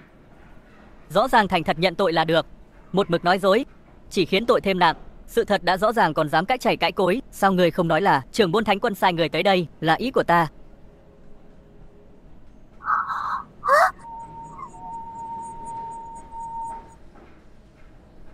Bái kiến Thánh Quân. Cho Diệp Trần đến xem. Là ý của ta. Có ý kiến gì thì cứ nói thẳng. Diệp Trần, bọn họ không biết thân phận của ngươi, đã đắc tội với ngươi. Ngươi đừng tức giận, ta không để bụng chuyện này. Chỉ có điều quy củ của các người có phải hơi quá đáng không?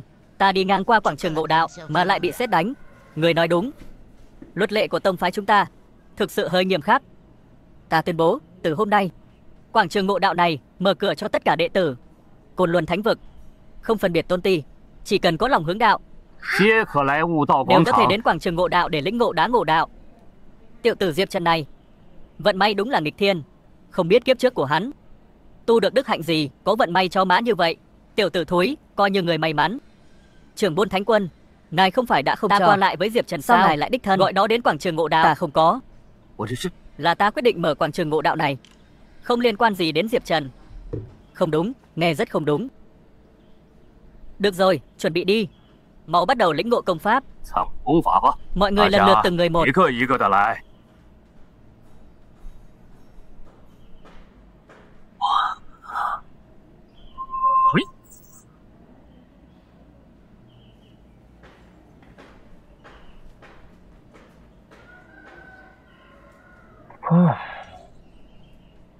Mức độ hiểu biết trung bình, ngộ đạo khi hiện ra 4 sao, có thể nhận được công pháp huyền cấp hạ phẩm. Hạ phẩm công pháp, huyền cấp hạ phẩm. Là đệ tử mới vào môn, có thể nhận được công pháp huyền cấp hạ phẩm như vậy cũng coi như rất lợi hại rồi. Điều này không có gì, nếu như là công chúa trước kia, ít nhất cũng là địa cấp công pháp. Chỉ có đệ tử hạch tâm tài năng mới có thể có được địa cấp công pháp. Ta mới nhập môn sợ rằng cũng không có lời nói mạnh như vậy. Công pháp này chia làm 4 cấp bậc thiên địa huyền hoàng, mỗi cấp bậc lại chia thành 3 phẩm thượng trung hạ.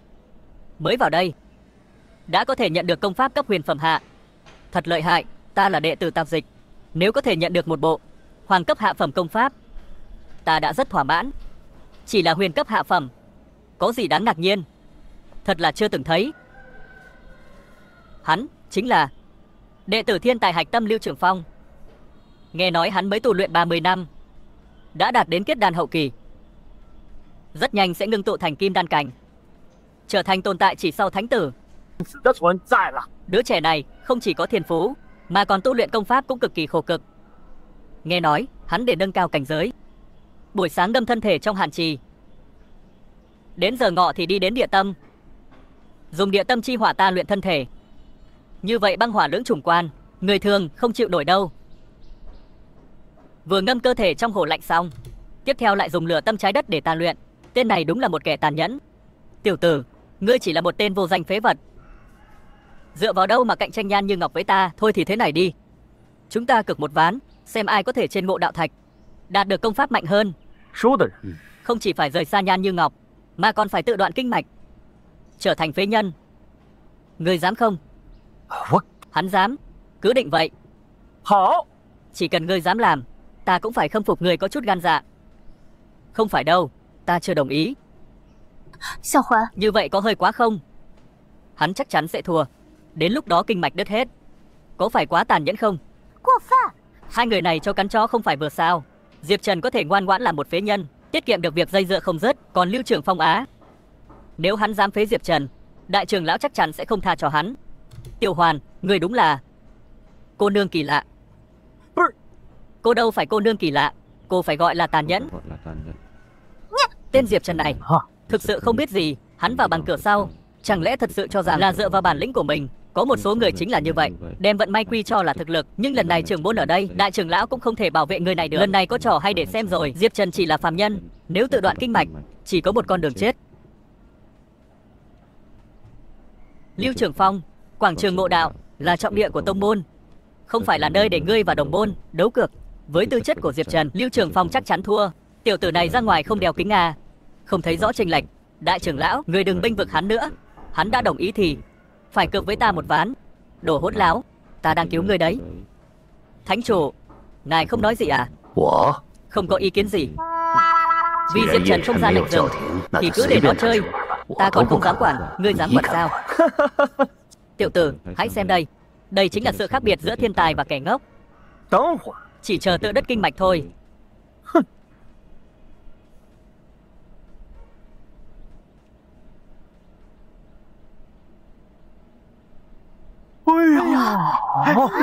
Ngươi có thấy không? Thật lợi hại.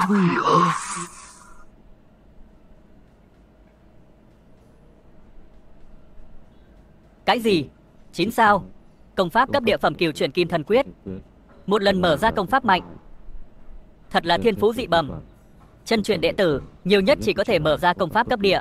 Còn Lưu Trường Phong trực tiếp đạt được cấp địa phẩm cao nhất. Đủ thấy trí tuệ của hắn trong số các đệ tử chân truyền thật sự là độc đáo. Không thể nào. Chỉ mở ra một địa cấp thượng phẩm, ta còn chơi cái gì nữa? Khoảng cách giữa ta và ngươi như trời và đất. Đợi lát nữa tự đất kinh mạch thì đừng kêu đau. Ta nhận thua được không? Ngươi là đứa trẻ 3 tuổi sao? Trưởng môn ở đây, 3 trưởng lão cũng ở đây, còn có nhiều đệ tử cùng chứng kiến. Cho dù ngươi nhận thua cũng phải tự đoạn kinh mạch, thực hiện lời thề. Tiểu tử ngươi sao lại tàn nhẫn thế? Hắn ngay cả thân phận tạp dịch cũng là nhờ cửa sau mới vào được. Tiểu tử này thua chắc rồi. Tiểu tử này cho dù tự đoạn kinh mạch cũng là tự chuốc lấy. Cũng dám so với thiên tài, xem nó chết thế nào. Loại hàng này để nó lên, thật sự là làm bẩn đá Ngộ Đạo. Đúng vậy. Công chúa, hôm nay vở kịch lớn này thật đặc sắc. Cuối cùng cũng có thể thoát khỏi cái tên bám da như địa này. Người ta nói rằng chỉ cần là tu sĩ có linh tính đều có thể từ đá Ngộ Đạo ngộ ra công pháp. Tuy nhiên, với tư chất của Diệp Trần, đá Ngộ Đạo đương nhiên là sẽ không cho hắn cái gì cả. Hắn cũng được coi là đệ nhất tông môn. Đừng có một công pháp cũng không ngộ ra được chứ. Nếu như vậy, không chỉ xấu hổ, ta còn phải mất mạng.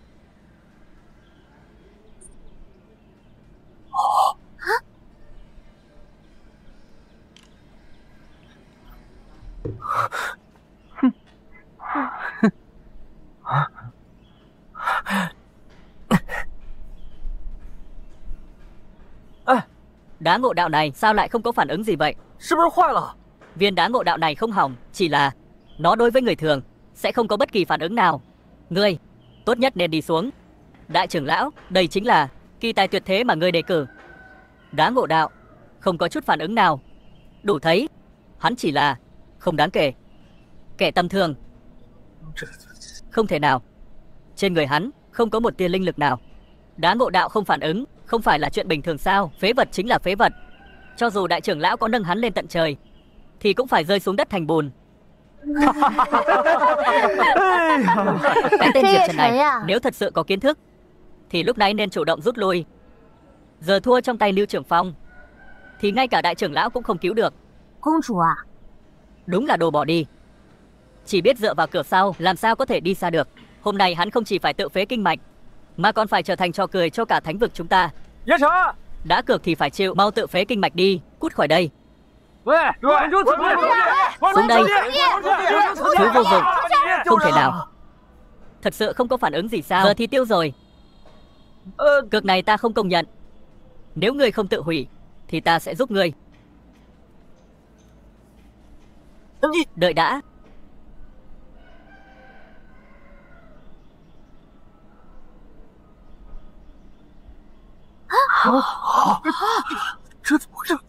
Thật sự đã phản ứng lại rồi sao? Chỉ có 3 sao. Đổi được nhiều nhất công pháp cấp hoàng. So với công pháp cấp địa Kiều Tinh của Lưu Trường Phong thì không đáng nhắc tới. Ngộ đạo thạch còn chưa phản ứng xong, nhìn kỹ lại. Công pháp cấp huyền lục tinh, một đệ tử tạp dịch có thể có ngộ tính như vậy cũng coi như không tệ. Hầu hết mọi người ở đây đều có thể lĩnh ngộ công pháp huyền cấp, không tệ thì có làm sao, vẫn không thể so sánh với một thiên tài như ta. Kiều Tinh đấu với lục tinh, người thua chẳng phải vẫn là hắn. Không ngờ ta đúng là đã nhìn nhầm người. Một người phàm như hắn mà lại khiến cho đạo ngộ thạch hiện ra công pháp lục tinh, cũng coi như có tư chất tu luyện. Nhưng chỉ đến thế mà thôi. Lục tinh ta cũng làm được, còn công chúa điện hạ, người hẳn là Kiều Tinh trở lên. Sao hỏa? Nhìn xem, đạo ngộ thạch vẫn chưa ngừng phản ứng.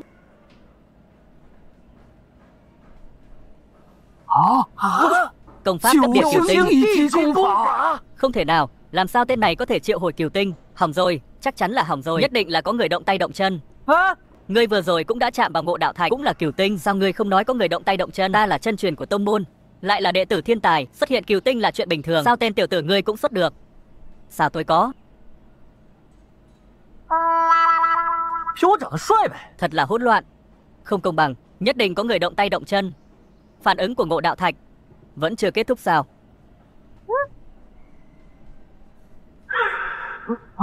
12 sao, thiên cực công pháp. Thế nào? Ta đã nói từ lâu, đứa trẻ này là thiên tài tuyệt thế. Hắn lấy thân phàm, dẫn động 12 sao, đạt được công pháp thiên cấp. Thật là phượng mao lân giác vậy. Dù vậy, hắn cũng không thể gọi là thiên tài tuyệt thế, càng không thể làm thánh tự đứng đầu. Không sai, trong 10 vạn năm của Côn Luân Thánh Vực có thể dùng thân phàm mà dẫn động được 12 vì sao của Đá Ngộ Đạo. Đứa trẻ này thực sự là duy nhất. Năm đó trưởng môn Thánh Quân khi bái nhập Sơn Môn, ông ấy đã dẫn động được hơn thập nhị tinh, trực tiếp đạt được công pháp cấp tiền thập ngũ tinh.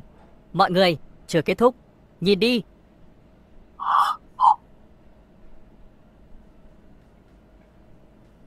$15 sao, 18 sao, 21 ngôi sao.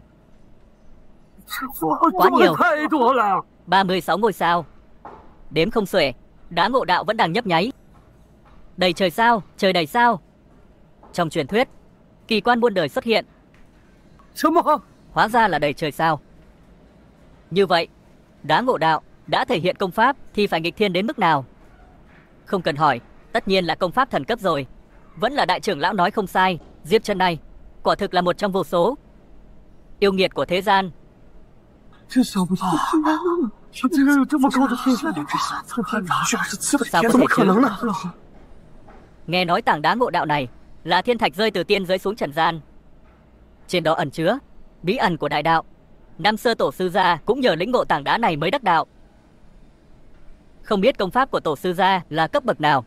Tổ sư gia ngộ tính siêu phàm, vượt qua cả thời đại, nhưng cũng chỉ dẫn động được 18 ngôi sao, nhận được công pháp cấp thần mà thôi. Đầy trời sao như thế này, sợ rằng Côn Luân Thánh Vực 10 vạn năm cũng là lần đầu tiên. 18 ngôi sao chính là công pháp cấp thần. Vậy thì đầy trời sao, sợ rằng các trưởng lão đã đánh giá thấp hắn rồi. Công pháp cấp thần là trần tu luyện của con người, mà tên Diệp Trần này công pháp cấp thần lại còn dẫm chân lên. Thực muốn biết viên đá ngộ đạo đầy sao này rốt cuộc có thể tạo ra loại công pháp nào? Sao lại đầy sao thế này? Chẳng lẽ ta cũng làm hỏng viên đá ngộ đạo này rồi?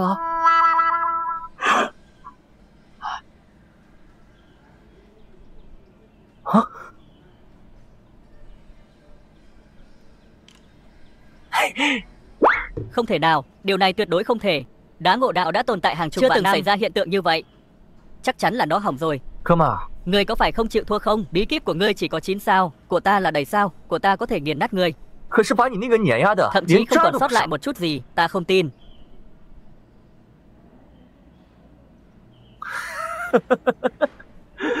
Ngươi cười cái gì vậy? Không phải là không chịu nổi thất bại nên ở đây giả vờ điên khùng ngốc chứ? Ta cười cái gì? Ta cười ngươi vui mừng quá sớm. Hãy nhìn viên đá ngộ đạo này, nó nhả ra thứ gì thế này? Mọi người nhìn xem. Bí kíp này sao lại không có một chữ nào vậy?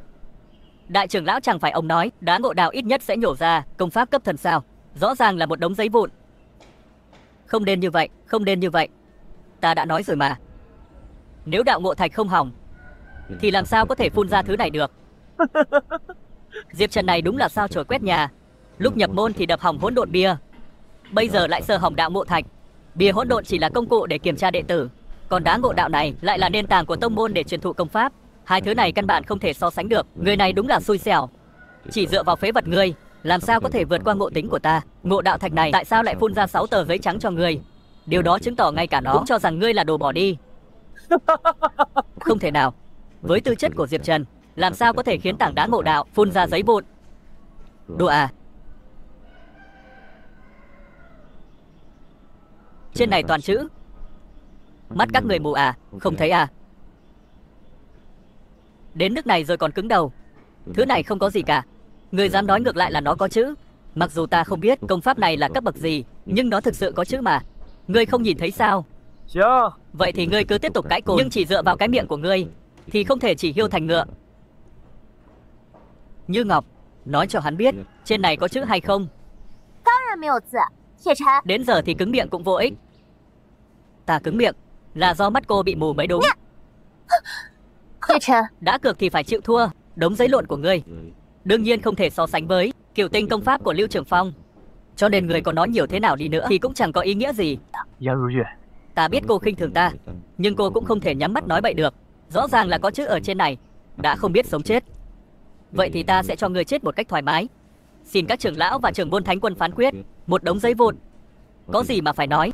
Trò hề này nên kết thúc rồi. Trưởng môn thánh quân, không có thời gian để chơi đùa với lũ tiểu bối các ngươi. Mau cút xuống. Không nên như vậy. Với tư chất của Diệp Trần, lấy được công pháp cấp tiên không thành vấn đề. Sao lại có thể lấy được một tờ giấy trắng? Đại trưởng lão, đến lúc nào rồi? Ông còn thay kẻ phế vật này tìm cách chữa cháy. Hắn căn bản không phải là thiên tài. Nếu không, sao lại bị thánh quân sắp xếp làm tạp dịch? Thấy chưa? Đại trưởng lão không thể bảo vệ ngươi được nữa. Thua đi. Các ngươi đều là lũ mù cả. Ta cũng lời nói nhảm với ngươi. Nếu ngươi không chịu tự phế kinh mạch thì ta sẽ giúp ngươi một tay. Trưởng môn thánh quân muốn đích thân ra tay. Đồ hỗn trướng, thứ ngu muội vô tri. Quyển sách này mặc dù không có chữ lại là bí kíp tối cao trên đá ngộ đạo. Thiên thư vô tự. Công pháp này đã vượt qua cấp độ thần, có thể gọi là chí tôn.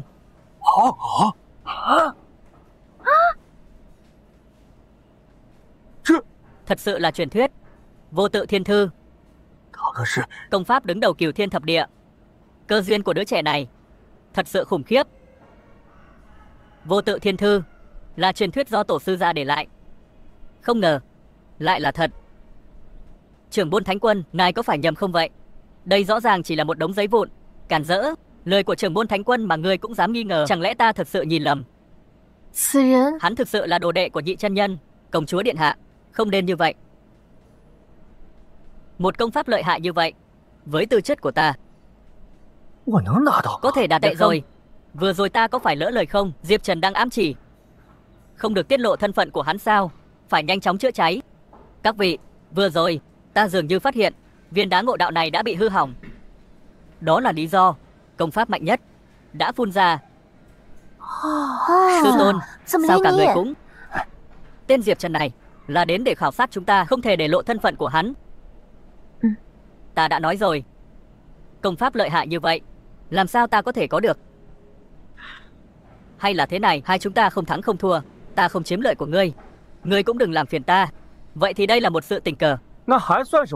Về thắng thua thì đúng là Diệp Trần thắng rồi. Hắn không chấp người. Ngươi đừng không biết điều. Tiểu tử này đã có được vô tự thiên thư, chẳng lẽ không phải vì ngộ đạo thạch hỏng sao? Đây hoàn toàn là may mắn. Hơn nữa, trưởng môn thánh quân chẳng lẽ không nên truy cứu trách nhiệm làm hỏng ngộ đạo thạch sao? Sao lại có thể đổ lỗi cho ta được? Ta chỉ là một người bình thường thôi mà, làm sao có thể làm hỏng thứ bảo bối này được? Chỉ có thể nói là nó hỏng không đúng lúc. Người như ngươi thật sự là may mắn. Nếu không, với tư chất thấp kém như ngươi, không thể nào khiến đá ngộ đạo nhà ra thiên thư vô tự công pháp chí tôn như vậy. Diệp Trần này đúng là sao chổi. Trước là hỗn độn bia, sau là đạo ngộ thạch, đều bị hắn sơ hỏng. Vận may cũng là một phần của thực lực, mới khiến đá ngộ đạo nở ra thiên thư vô tự. Ngươi không phục cũng phải nhịn. Người ta không so đo với ngươi, ngươi lại còn được đằng chân lân đằng đầu. Vợ tương lai của ta vẫn rất quan tâm đến ta. Ta khuyên ngươi Nên đi chỗ nào mát mẻ cứ ở đó đi. 好了， Chuyện này đến đây là hết. Đừng có làm chậm trễ, các đệ tử khác đang tham ngộ công pháp. Nghe thấy chưa?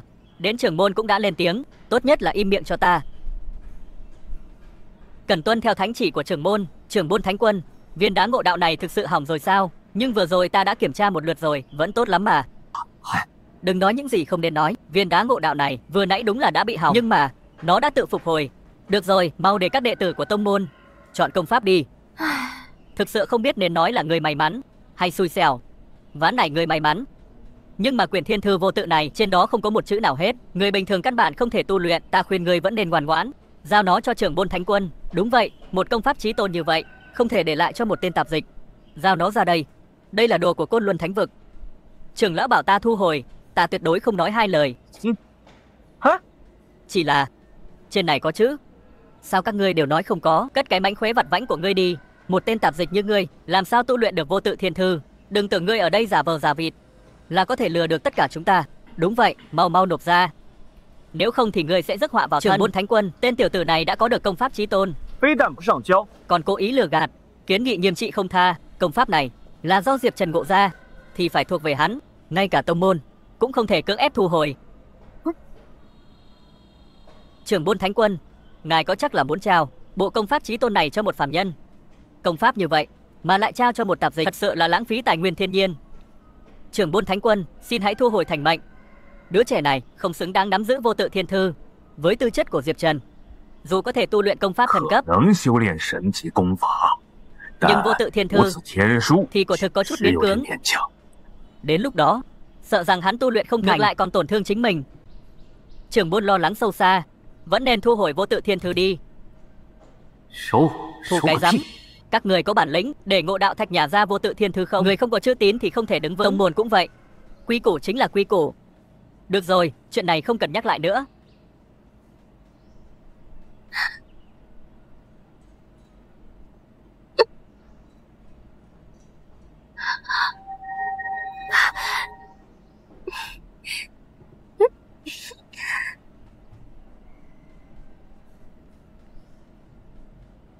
Chúc mừng công chúa điện hạ, người cũng đã đạt được công pháp cấp địa. Cả trường chỉ có một mình người là đệ tử nhập môn đã đạt được công pháp cao cấp như vậy. Côn Luân Thánh Vực nhân tài đông đảo, thành tựu này của ta chẳng là gì. Huống hồ, tuy rằng công pháp cấp địa này rất lợi hại, nhưng với tu vi hiện tại của ta thì chưa thể tu luyện được. Phải đợi đến khi tu vi và kiến thức của ta đạt đến trình độ của chân truyền đệ tử mới có thể tu luyện.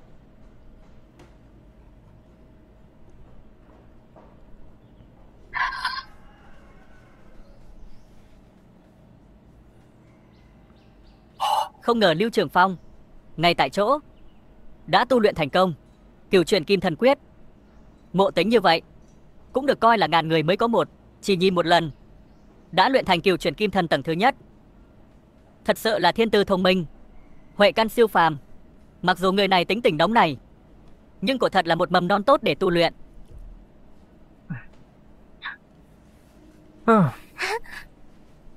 Ôi, công chúa, hắn đang làm gì vậy? Không thể nào, hắn sẽ không học theo Lưu Trường Phong tập luyện pháp môn ngay tại chỗ chứ? Thật là ngốc. Một kẻ phế vật như hắn thậm chí còn không có tu vi, làm sao có thể chứ? 是啊， Dùng thân phạm mà cưỡng ép tu luyện thiên thư, chỉ có thể bạo tử mà chết. Thần hình đều diệt cũng tốt. Đã vậy thì trưởng môn thánh quân cũng không thể mất mặt. Để hắn tự luyện chết, chúng ta có thể lấy lại thiên thư vô tự. 也行行， Đợi đã, đó là cái gì?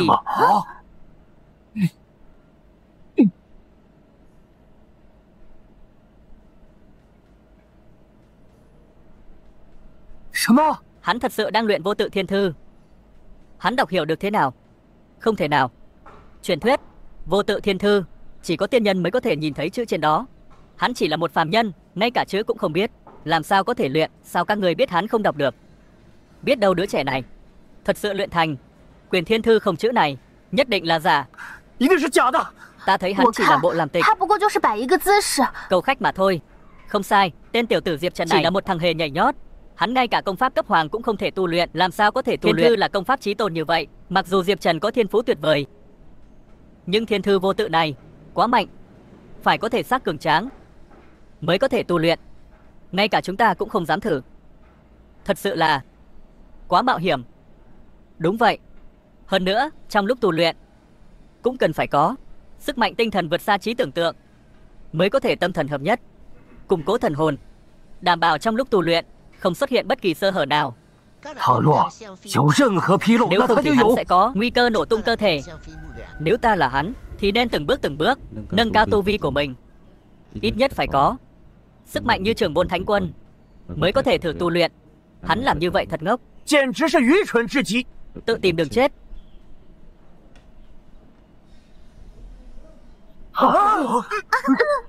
Hắn thế mà 他 luyện 竟 thành 然 tầng 练 đầu 成 tiên 了 của 功 công 法 pháp. 第一重，这是什么呀？ Không thể nào. Quyển thiên thư vô 连 tự 我 ngay 都 cả 看 ta 不 cũng 上 không nhìn 嘛 thấy chữ trên đó. Diệp Trần hắn vậy mà có thể luyện. Sư tôn Diệp Trần thiên tư chắc tuyệt, cho nên mới được Thái Nhị chân nhân thu làm đệ tử. Hắn có thể luyện thành vô tự thiên thư chẳng phải là chuyện rất bình thường sao? Không, Nguyệt Ly ngươi không hiểu, công pháp này càng mạnh, tu luyện càng phức tạp.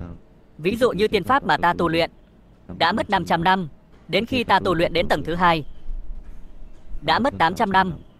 Sư tôn, người có thiên phú như vậy, sao lại tu luyện khó khăn như vậy? Vì vậy, không phải công pháp càng mạnh thì càng dễ. 简单。 Ví dụ như công pháp cấp thần mà tổ sư gia tu luyện, đó là một kỹ năng cấp thần mạnh hơn kỹ năng cấp độ bất tử. Tu luyện còn phiền phức hơn. Sư phụ phải mất 1000 năm để tu luyện đến tầng thứ nhất. Đợi khi tu luyện đến viên mãn tầng thứ 7 他修炼至圆满第七重， thì tốn 18.000 năm. Vô tự thiên thư này, thần cấp công pháp đã ở trên, nhưng Diệp Trần chỉ liếc mắt một cái, chỉ mất vài hơi thở đã tu luyện đến tầng thứ nhất. Quả thực là kinh khủng. Không chỉ vậy, thật sự là xưa này hiếm có. Nhưng mà hắn có thể tu luyện vô tự thiên thư, có thể đạt đến tầng thứ nhất đã là không tệ rồi. Diệp Trần vẫn chưa dừng lại, hắn vẫn tiếp tục tu luyện. 他已经突破了第二重啊！这不可 Thật 能 không！thể tin nổi.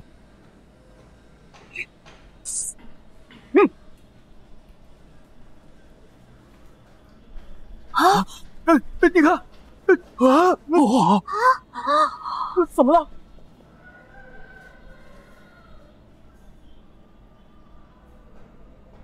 啊！哎呀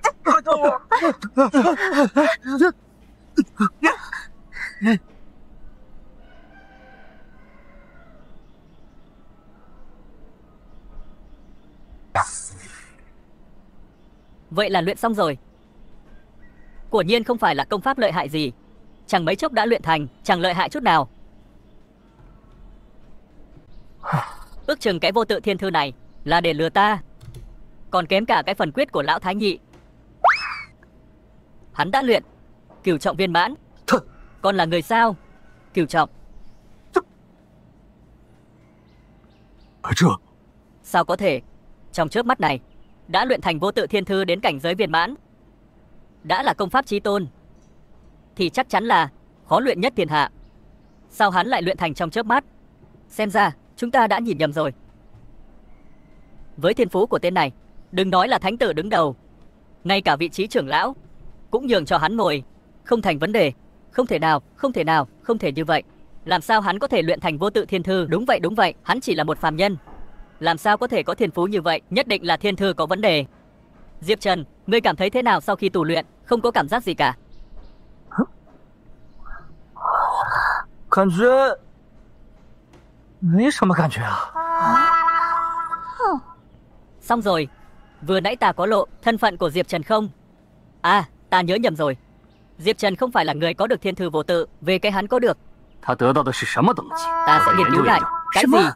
Không phải là vô tự thiên thư, nhưng rõ ràng trên sách không có một chữ nào. Hơn nữa, việc tu luyện của Diệp Trần đã gây ra hiện tượng kỳ lạ. Nhìn vào là thấy không bình thường rồi.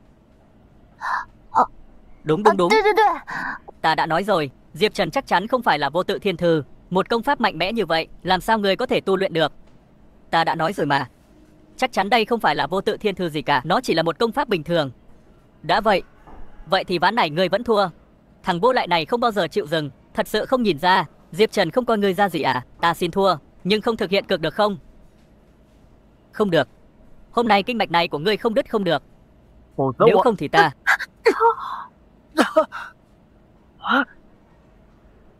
Bất kể cực gì bây giờ đều xóa hết. Nếu ngươi còn dám vô lễ với Diệp Trần, đừng trách kiếm của ta vô tình. Thánh nữ, cô dựa vào đâu mà bảo vệ hắn? Dựa vào đâu? chỉ vì hắn là hôn phu của ta. Cái gì? Cái gì? Hắn sao có thể? Trận đấu hôm nay nhất định là Diệp Trần muốn thử thách ta. Rõ ràng hắn có khả năng ngăn cản Lưu Trường Phong, nhưng lại không ra tay. Thực ra là đang chờ ta ra tay. Không hổ danh là vợ ta, thật là thương ta. Đệ nhất mỹ nhân lại là vị hôn thê của một phàm nhân. Không thể nào, không có gì là không thể. Hôn ước này là do ta và Thái Nhị trưởng lão định ra. Diệp Trần chính là đệ tử của Thái Nhị trưởng lão. Mặc dù hắn không có bản lĩnh gì, nhưng thân phận này không có vấn đề. Không ngờ Diệp Trần lại thực sự là đệ đệ của Thái Nhị chân nhân. Lúc trước ta đúng là nhìn nhầm rồi. Công chúa, đừng nói như vậy. Mặc dù hiện tại hắn là đệ tử của Thái Nhị chân nhân, nhưng hắn vẫn chỉ là một người phàm, làm sao xứng với người. Có điều ta không hiểu được, tại sao vị thánh nữ này vẫn muốn thực hiện hôn ước. Thật là khó hiểu. Điều này không phải càng chứng tỏ người có con mắt nhìn xa trông rộng hơn thánh nữ Côn Luân sao? Biết đầu thánh nữ Côn Luân đời sau lại là người. Thằng nhóc này, thánh nữ, ta thấy mắt cô đúng là mù rồi. Cô thà tìm một con linh thú làm bạn đời, còn hơn là tìm một phàm nhân như thế này. Muốn chết. Này Nguyệt Ly, không sao đâu, đừng giận. Ta thấy là người nên tìm một linh thú làm bạn là ngươi.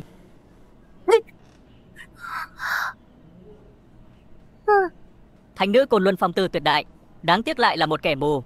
Uổng công trước đây ta còn coi nàng ta là thần tượng, giờ nghĩ lại thực sự là sai lầm.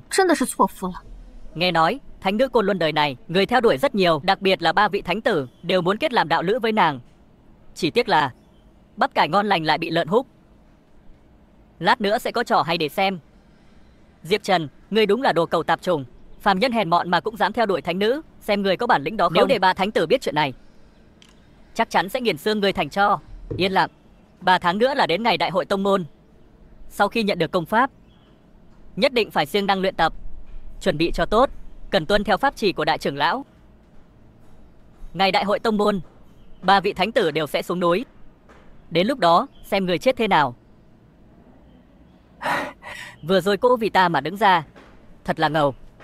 Không ngờ cảm giác ăn bám lại sướng vậy. Vậy người thích không? Thích chứ? Vậy là ta qua cửa rồi. Cửa gì?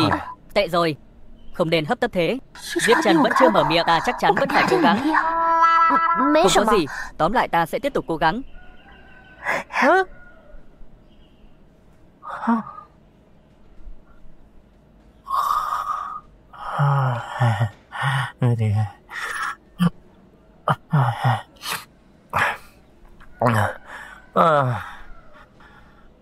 Lại phải đi quét dọn.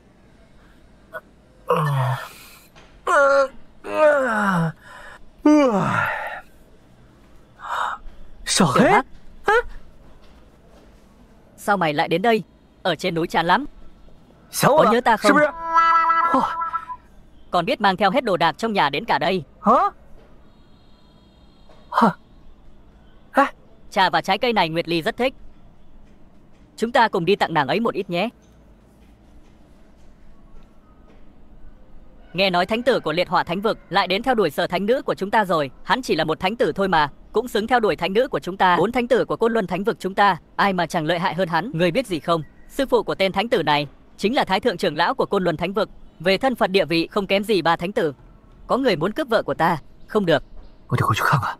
Vạn nhất thật sự bị người ta cướp mất, ta khóc cũng chẳng có chỗ khóc. Nguyệt Ly, hãy ở bên ta, làm đạo lữ của ta. Đời này kiếp ta, ta nhất định không phụ nàng. Đường công tử, ta đã có hôn ước, không thể ở bên người được. Vẫn nên trở về Liệt Hỏa Thánh Vực của ngươi đi. Cái gì? Nàng đã có hôn ước rồi? Là với thánh tử của Côn Luân Thánh Vực sao? Tiểu nha đầu, cô có biết đệ tử của ta có đủ tư cách để tiến vào chức thánh tử đứng đầu? Về thực lực, mặc dù không thể so sánh với thánh tử hiện tại của các người, nhưng tương lai thì không thể nói trước được. Tương lai của ta ở Thánh Vực Liệt Hỏa là vô hạn. Nguyệt Ly, chỉ cần nàng đồng ý ở bên ta, thì con đường tu luyện tương lai nhất định sẽ thuận buồm xuôi gió. Hôn ước này của ta không liên quan gì đến 3 vị thánh tử. Thánh nữ chúng ta đúng là đã có hôn ước, chỉ là người đó là ai, ta lại muốn biết. Rốt cuộc là thiên chi kiêu tử như thế nào mới có thể chiếm được trái tim của Nguyệt Ly? Thân phận của hắn ta không tiện tiết lộ. Xin hãy về đi, lại không phải là bí mật gì của tông môn. Tiết lộ một chút thì sao? Đường thánh tử, nói thật với ngươi, chính là một tạp dịch của Thánh Vực chúng ta. Đùa cái gì vậy? 开什么玩笑？ Nguyệt Ly, một tên tạp dịch sao xứng với nàng? Hắn ngay cả sách giày cho nàng cũng không xứng, chỉ có người kiệt xuất như ta mới xứng với nàng. Sở thánh nữ, Diệp Trần kia dù là thiên phú hay tu vi đều không bằng 1/10 của Đường thánh tử. Cô không cần phải cố chấp với hắn nữa. Không sai, hắn chỉ là một thằng nhà quê hèn mọn. Có thể vào thánh vực của chúng ta đều là phúc phận tu mấy kiếp mới có. Đúng vậy, cô vì một tên tạp dịch mà từ bỏ Đường thánh tử, đây không phải là làm nhục thánh vực liệt hỏa của người ta sao? Một lũ ngốc. Đáng tiếc không thể nói ra. Nguyệt Ly, từ bỏ hôn ước đi, theo ta đi. Cho dù là gia thế hay thiên phú tu luyện, ta đều mạnh hơn tên đệ tử tạp dịch này gấp trăm lần. Buông tay heo của ngươi ra. Cướp vợ của ta, ngươi đã được ta đồng ý chưa? Ngươi chính là vị hôn phu của Nguyệt Ly à? Quả nhiên là vô dụng. Một tên phế vật đang trong thời gian luyện tập cũng xứng cưới Nguyệt Ly. Ta có xứng với Nguyệt Ly hay không, cần ngươi nói sao? Ta và Nguyệt Ly là tình đầu ý hợp, lại có hôn ước, sao lại không xứng? Ngươi đừng gọi Nguyệt Ly này nọ một cách thân mật như vậy. Ngươi rất thân với Nguyệt Ly sao? Một gã nhà quê thì ra lại ăn nói lưu loát, nhưng hôn thư thì là cái gì? Giống không đi chung với rắn. Không xứng thì mãi mãi không xứng. Ta mang theo lễ vật hậu hĩnh để tặng cho Nguyệt Ly. Một kẻ như ngươi thậm chí còn không tặng nổi lễ vật. Không có nghĩa là sau này không tặng nổi. Vậy thì ta sẽ cho ngươi mở rộng tầm mắt. Cái gọi là món quà mà cả đời ngươi cũng không tặng nổi.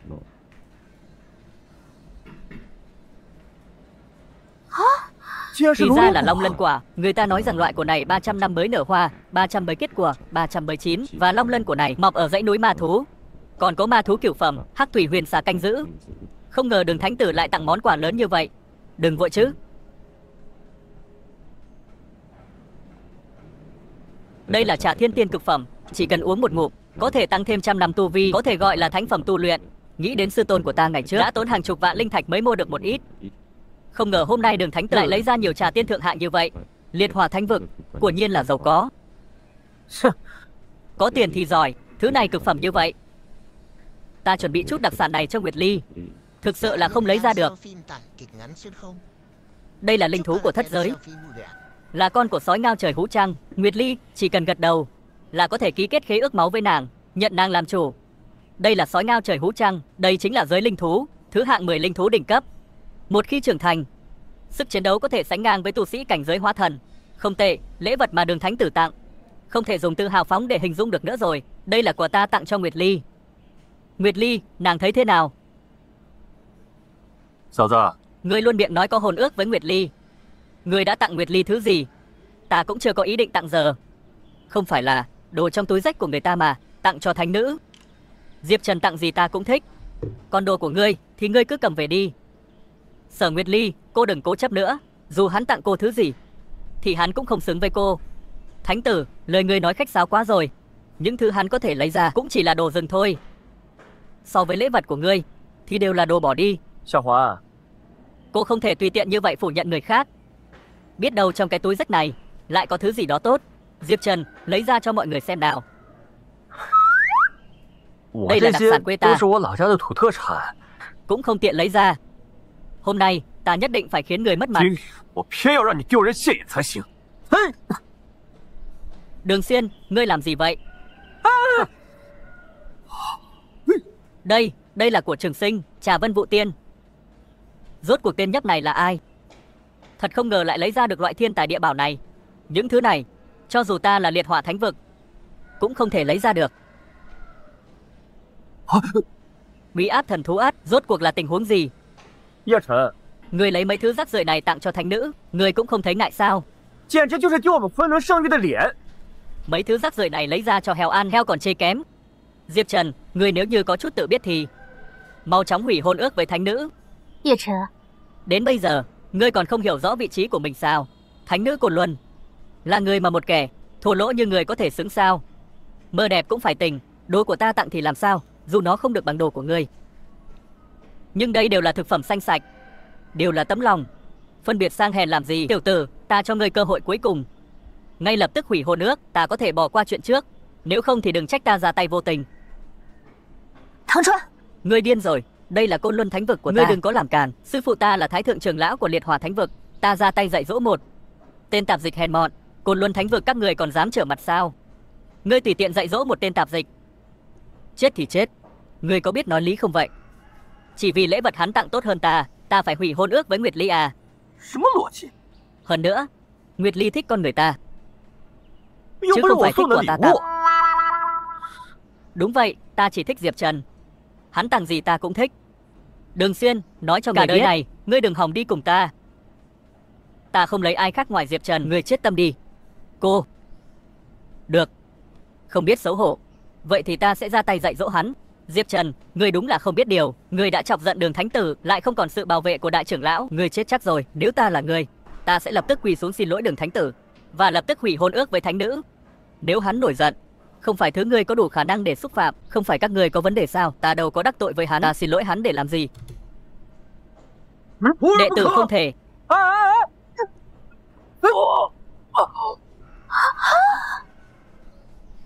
Sư phụ, ngươi cản ta làm gì?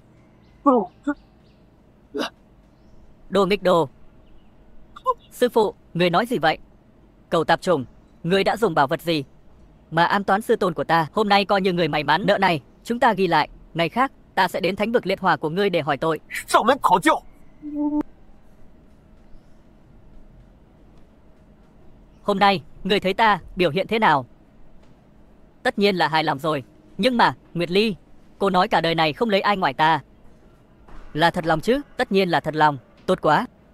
Xem ra ta phải nỗ lực tu luyện hơn nữa, cố gắng sớm ngày xứng đáng với nàng. Ta như vậy có coi như đã vượt qua khảo hạch chưa nhỉ? Ta có nên hỏi hắn không? Nguyệt Ly.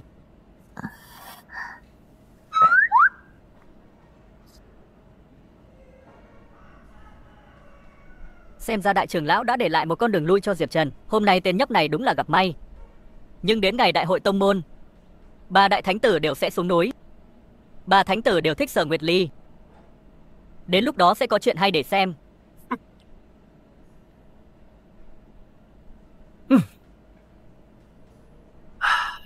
Đại hội tông môn hôm nay, ta cũng rảnh rỗi, không cần quyết tiện thể đến xem phong thái của vợ ta. Ta cũng được hưởng ké. 哎，皮皮，皮皮， Đang tập 练着 đấy 呢 à?。哎，小胖，小胖， Đừng 别 tập 练 nữa. 了。大， Sao họ đều tránh ta thế nhỉ? Người ta có gai đâu. Diệp Trần, ngươi còn dám đến đây à? Sao vậy? Đây là địa bàn của cô và chủ cô à? Ta không được đến à? Diệp Trần, nếu ta là ngươi, ta nên sớm giải trừ hôn ước với thánh nữ và tìm một nơi không có người lén lút chạy xuống núi, chứ không phải như ngươi bây giờ đi lại giữa phố phường. Dựa vào cái gì cô không phát hiện ra ưu điểm của ta? Người ta Nguyệt Ly đã phát hiện ra, sẵn sàng ở bên ta. Dựa vào cái gì mà ở đây nói này nói nọ? Ưu điểm, nhìn từ trên xuống dưới của ngươi chỉ có một ưu điểm, đó chính là tự tin. 迷之自信。 Là một tạp dịch, người không biết chuyện của tầng lớp thượng lưu trong tông môn là điều đương nhiên, nhưng ta có thể nói cho người biết 3 vị thánh tử của tông môn đều đang theo đuổi Nguyệt Ly. Còn ngươi, nếu không sớm hủy hôn ước, sẽ bị đưa vào danh sách tử thần. 啊，这 Ngươi chỉ là một phàm nhân mà dám cướp phụ nữ của 3 vị thánh tử, thật là không biết sống chết. Thánh tử thì sao? Tình yêu là tự do, ngươi có thể nói thẳng điều này với thánh tử. Họ đến tận nơi, ta cũng sẽ nói Sở Nguyệt Ly là nữ nhân của ta, bảo họ ra nắng chơi cho mát. Thánh tử đến.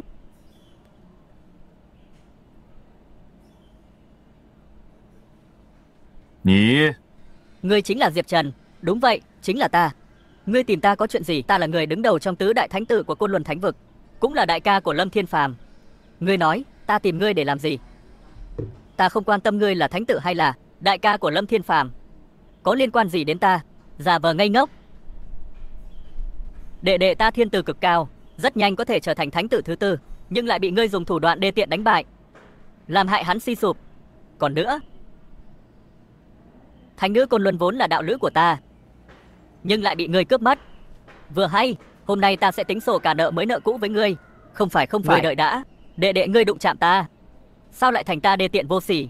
Còn về Nguyệt Ly, cô ấy chọn ai là quyền của cô ấy, liên quan gì đến ngươi? Hơn nữa, ngươi cũng chưa từng có được cô ấy. Muốn chết. Trước kia để cô và ta kết làm đạo lữ, cô không muốn cũng thôi. Không ngờ cô lại tìm một kẻ ngay cả tu vi cũng không có phải mắt cô mù rồi? Đó. Không phải chứ, ta đẹp trai như vậy, chọn ngươi mới là mù mắt. Ta và Diệp Trần đã có hôn ước, chọn ai là quyền tự do của ta, không liên quan đến ngươi. Hắn chỉ là một tên phế vật luyện khí kỳ, Hắn dựa vào đâu mà xứng với cô? Xứng hay không cũng không phải do ngươi nói. Trốn sau lưng phụ nữ thì có bản lĩnh gì? Có bản lĩnh thì ra đây chiến với ta. Thằng nhãi này đúng là không biết sống chết. Dám chọc giận Lâm Thánh Tử, cho dù có cho hắn 100 mạng cũng không đủ để hắn chết. Lâm Thiên Ngạo đã sớm bước vào Nguyên Anh hậu kỳ, còn Diệp Trần mới chỉ luyện khí. Chênh lệch quá lớn. Diệp Trần sợ là hung nhiều cát ít. Nếu là ta thì ta đã trốn từ lâu rồi. Dù sao thánh nữ cũng không thể bảo vệ hắn cả đời. Đừng trốn sau váy nữ nhân. Không được, không thể để Lâm Thiên Ngạo làm bậy. Nếu hắn ép Diệp Trần ra tay, không khống chế được lực đạo, Lâm Thiên Ngạo này sợ rằng sẽ chết không còn. Trường tông môn này sợ rằng cũng không giữ được.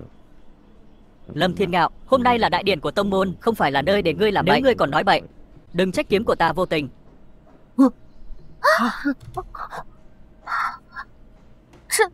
Tu vi của thánh nữ đã đạt đến cảnh giới hóa thần, với tư cách này hoàn toàn có thể làm trưởng lão. Chưa đến 100 năm đã đạt đến cảnh giới hóa thần. Đây quả thực là thiên tài hiếm có. Nguyệt Ly, quả nhiên là người phụ nữ ta chọn. Trong thời gian ngắn như vậy đã đạt tới cảnh giới hóa thần. Nhưng chỉ dựa vào điểm này vẫn không ngăn cản được ta.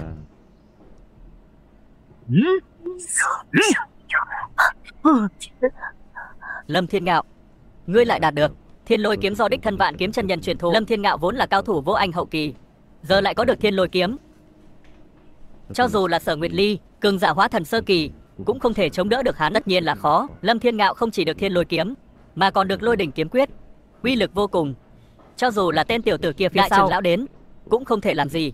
Hôm nay tông môn đại tỷ, đao kiếm vô tình, thánh tử nếu giết chết Diệp Trần cũng không cần chịu. Lần này, tên nhóc này chết chắc rồi. Lâm Thiên Ngạo, ngươi đang tìm đường chết. Tìm chết? Ngươi tìm chết hẳn là hắn mới đúng. Không phải chứ, ngươi sao không nói đạo lý? Đạo lý? Ở đây, thực lực chính là đạo lý. Tiểu tử, nhìn cho rõ, thánh nữ không phải là người ngươi xứng đáng.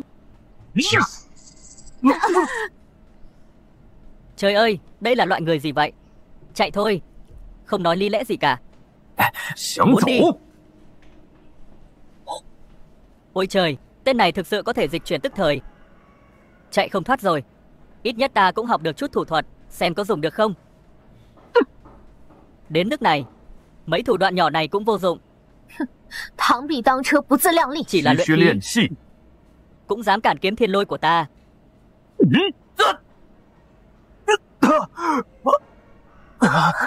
Hắn thế mà lại trực tiếp đánh bay Lâm Thiên Ngạo. Chiêu này của Lâm Thiên Ngạo, ngay cả trưởng lão cũng chưa chắc đỡ được. Vậy mà lại không đánh lại được một đệ tử tạp dịch.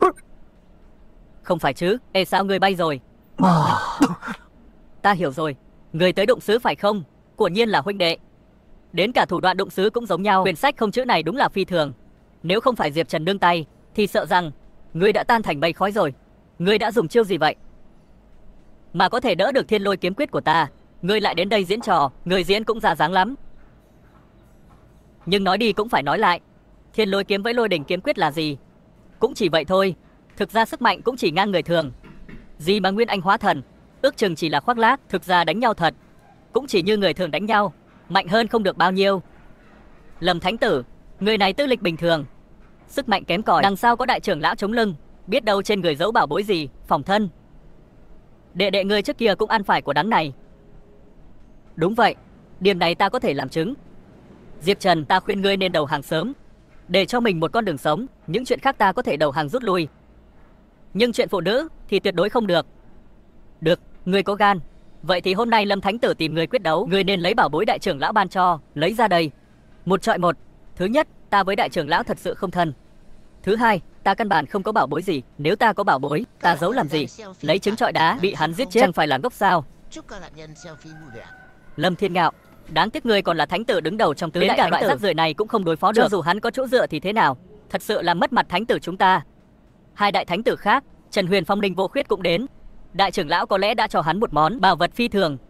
Ngay cả Thiên Lôi kiếm và Lôi đỉnh kiếm quyết của ta cũng chặn được, sợ là tiên khí. Ngươi giỏi thì ngươi lên đi, ta phá thì ta phá. Nếu hôm nay ta phá được bảo vật của hắn, vị trí thánh tử đứng đầu ta sẽ giành lấy. Các ngươi có bị bệnh không vậy? Các ngươi đã được ta đồng ý chưa? Ta khuyên các ngươi nên suy nghĩ cho kỹ rồi hãy ra tay. Đừng đến lúc đó không phá được phòng ngự của Diệp Trần, ngược lại còn tự làm mình bị thương. Nếu ta phá được pháp bảo của hắn, cô làm đạo lữ của ta thế nào? Trần Huyền Phong, ngươi đừng có mà nói nhảm nữa. Thật không biết tên phế vật này có gì tốt. Hôm nay ta sẽ cho hắn biết uy lực thực sự của Thánh tử Côn Luân. Băng Sơn Thần Quyền.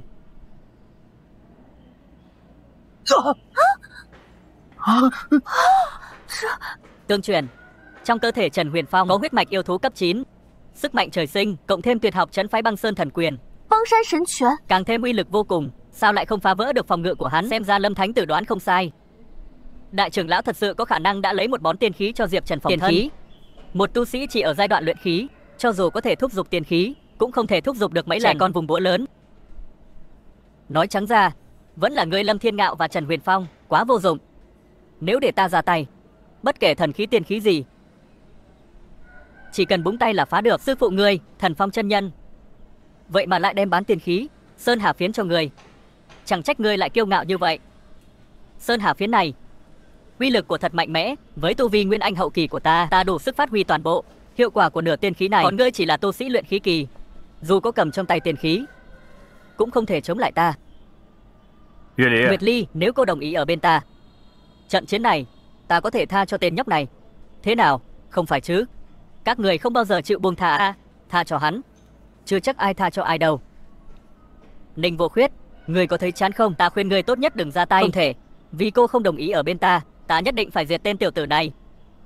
Sơn Hà Phiến, rời sông lấp biển.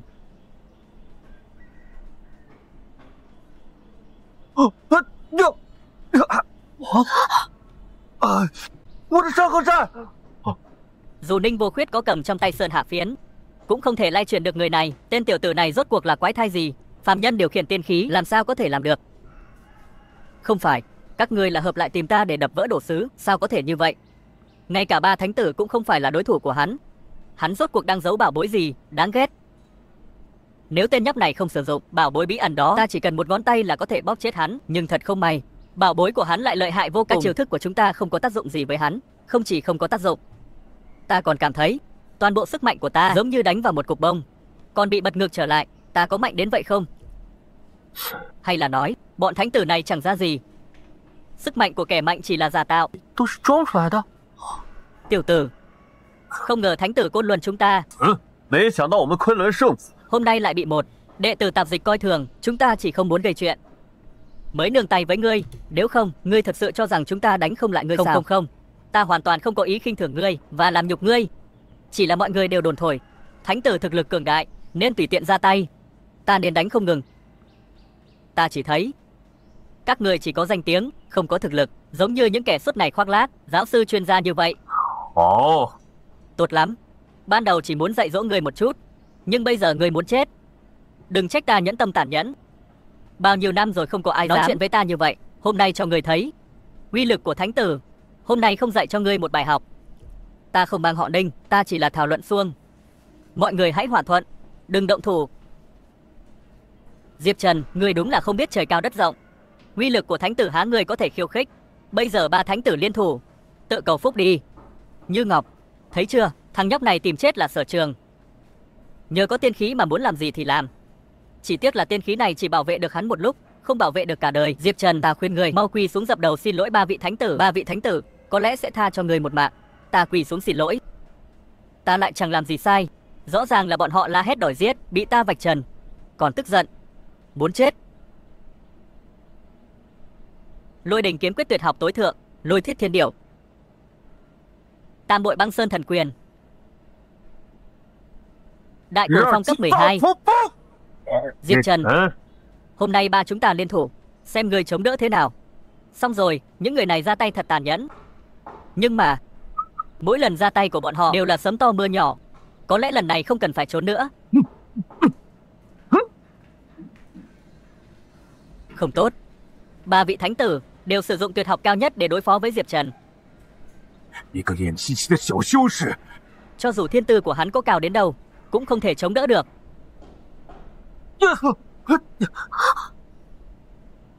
Diệp Trần ra tay, ngay cả ta cũng không thể ngăn cản. Trưởng môn lại nói hắn bình thường.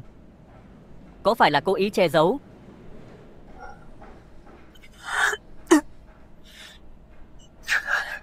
Đại trưởng lão, tại sao ngài lại một lần rồi một lần nữa bảo vệ người này, thậm chí còn tặng cho hắn tiên khí?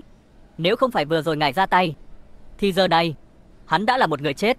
Ba chúng ta và Diệp Trần công bằng quyết đấu. Ngài là đại trưởng lão của tông môn, lại tự ý ra tay, như vậy có hợp lý không? Môn đấu ba mà gọi là quyết đấu công bằng, các người không biết đấy mà. Tiên khí, nếu ta có tiền khí, ta sẽ không làm đại trưởng lão nữa, trực tiếp làm trưởng môn. Vừa rồi nếu không phải ta ra tay ngăn cản, ba người các người đã chết từ lâu. Đệ tử tạp dịch không được tham gia đại tỷ, các người không được khiêu chiến Diệp Trần. Đa tạ đại trưởng lão đã giải vây, mặc dù mấy tên đó vô dụng, nhưng ta cũng không thích rồi. Cầu tạp trùng, người dám nói ta là ruồi, đủ rồi. Diệp Trần, người lùi xuống trước đi. Cảm ơn đại trưởng lão. Đại trưởng lão, vì Diệp Trần mà ngài không tiếc tặng tiền khí, còn đắc tội với ba vị thánh tử, như vậy có đáng không? Ngài phải biết rằng đằng sau ba người này đều là thái thượng trưởng lão của tông môn, ngay cả trưởng môn thánh quân cũng phải để mặt họ. Ngài làm như vậy chỉ tự chuốc lấy phiền phức.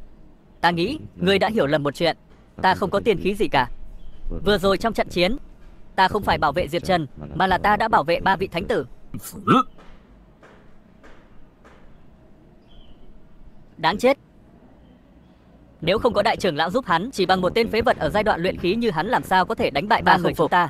Chuyện hôm nay nếu truyền ra ngoài, nói rằng chúng ta là thánh tử, lại bị một đệ tử tạp dịch dẫm đạp dưới chân, truyền ra ngoài, thể diện còn đâu? Trần thánh tử, không cần phải như vậy. Chuyện hôm nay nếu truyền ra ngoài, mọi người chỉ nói Diệp Trần này được đại trưởng lão che chở, vẫn không thay đổi được hắn là một tên ngốc. Đúng vậy, thằng ngốc này, đại trưởng lão có thể bảo vệ hắn một thời gian, nhưng không được mãi. Diệp Trần này迟早要为自己的行为付出代价。 chẳng lẽ đây là sự thật như lời đồn? Diệp Trần này là đại trưởng lão lưu lạc nhân gian, để lại đứa con ngoài giá thú thì sao chứ? 千 Đừng 万 để 不要 Diệp 让 Trần rơi 叶 vào tay 晨 ta. 落在我的手上。 Nếu không ta sẽ khiến hắn sống không bằng chết. Bây giờ đã bỏ lỡ cuộc so tài của tông môn, muốn đối phó với hắn sẽ khó rồi. Công chúa, Diệp Trần này đúng là may mắn quá, hắn lại thoát lần nữa. Lần này nếu không có đại trưởng lão âm thầm bảo vệ, ba vị thánh tử nhất định sẽ liên thủ đánh hắn xương nát thịt. May mắn đến mấy cũng có lúc hết, chỉ có bản thân mạnh mẽ mới là chỗ dựa vững chắc. Hắn nhất định sẽ có kết cục thê thảm. Công chúa nói đúng.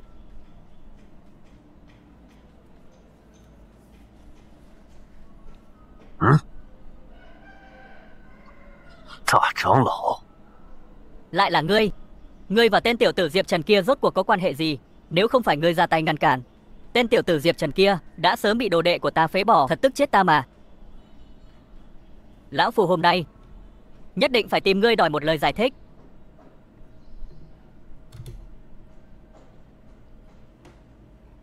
Diệp Trần, tìm Lão Phu có chuyện gì vậy? Đại trưởng lão, ta nghĩ đến việc ngài đã nhiều lần giúp đỡ ta. Ta tặng ngài ít đặc sản quê. 土特产。 啊，对， Đây là một số loại cổ dại trên núi, còn có trà do chính tay ta trồng, còn mong ngài đừng chê.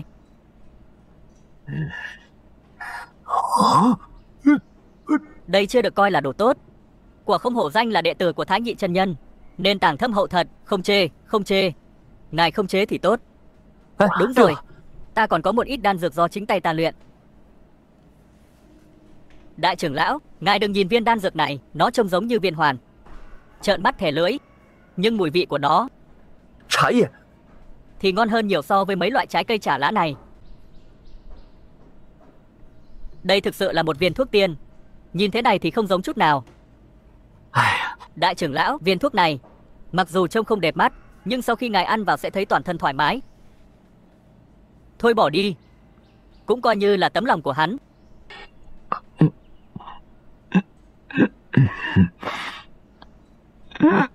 Mùi vị cũng khá ngon, ta đã nói rồi mà.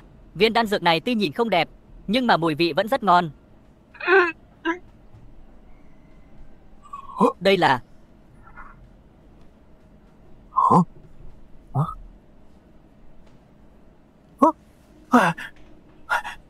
Ba người các ngươi đến đây tìm ta làm gì? Đại trưởng lão, cần gì phải hỏi thưa. Ba đồ đệ của chúng ta giao đấu với Diệp Trần, nhưng ngươi lại ra tay ngăn cản, khiến bọn chúng khí huyết nghịch lưu, bị thương nội tạng. Hôm nay nếu ngươi không đưa ra cho ba chúng ta một lời giải thích, đừng trách ta dưới lưỡi kiếm không có tình cảm. Không sai. 这叶晨到底与你何等关系？ Sao ngươi lại bảo vệ hắn như vậy? Ta nghĩ các ngươi đã hiểu lầm một chuyện. Ta không bảo vệ Diệp Trần, 而是 ta bảo vệ ba vị thánh tử. Đại trưởng lão đúng là biết, giải vây cho ta mà.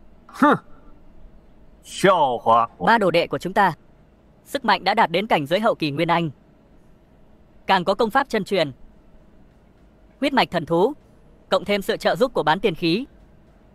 Sức mạnh của ba người họ từ lâu đã có thể quét sạch toàn bộ thế hệ trẻ của thánh vực Côn Luân. Làm sao có thể làm bị thương đồ đệ yêu quý của ba chúng ta được chứ? Không sai. Ngay cả khi ngươi muốn trốn tránh trách nhiệm, cũng không cần phải bịa ra những lời nói dối như vậy. Ta nói thật, tin hay không tùy ngươi. Còn về lời giải thích, không có. Ngươi cho rằng ngươi là đại trưởng lão, chúng ta sẽ tin thật, không dám động thủ với ngươi sao? Chưa từng thấy kẻ nào vô lý như các ngươi. Rõ ràng là đồ đệ các ngươi ra tay trước, hơn nữa còn 3 đánh 1. Đại trưởng lão vì cứu ta, ông ấy có lỗi gì các người cho phép? Đệ tử của các người làm hại người khác, không cho phép người khác làm hại đệ tử của các người. Trưởng lão nói chuyện, đâu đến lượt một tên tạp dịch như ngươi xen vào. Đại trưởng lão, vậy thì giao Diệp Trần ra đây. Ba chúng ta liên thủ, ngươi không thể bảo vệ được hắn. 3 người này đã là mạnh nhất của Côn Luân Thánh vực. Bọn họ uy hiếp như vậy, ta làm sao chống đỡ nổi? Nhưng Diệp Trần có thiên phú như vậy, nếu bị hủy trong tay bọn họ thì cả thánh vực Côn Luân sẽ mất mát. Ta nhất định phải bảo vệ hắn. Giao Diệp Trần ra. Không thể. Người không giao, chúng ta đành tự ra tay. Ta xem ai dám. Muốn mang Diệp Trần đi, phải qua ai của ta trước? Đại trưởng lão, hắn đã đột phá. Sao ta lại đột phá cảnh giới một cách mơ hồ thế này? Đại trưởng lão thực sự đã đột phá đến cảnh giới hợp nhất. Nhưng dù ngươi có đột phá thì sao?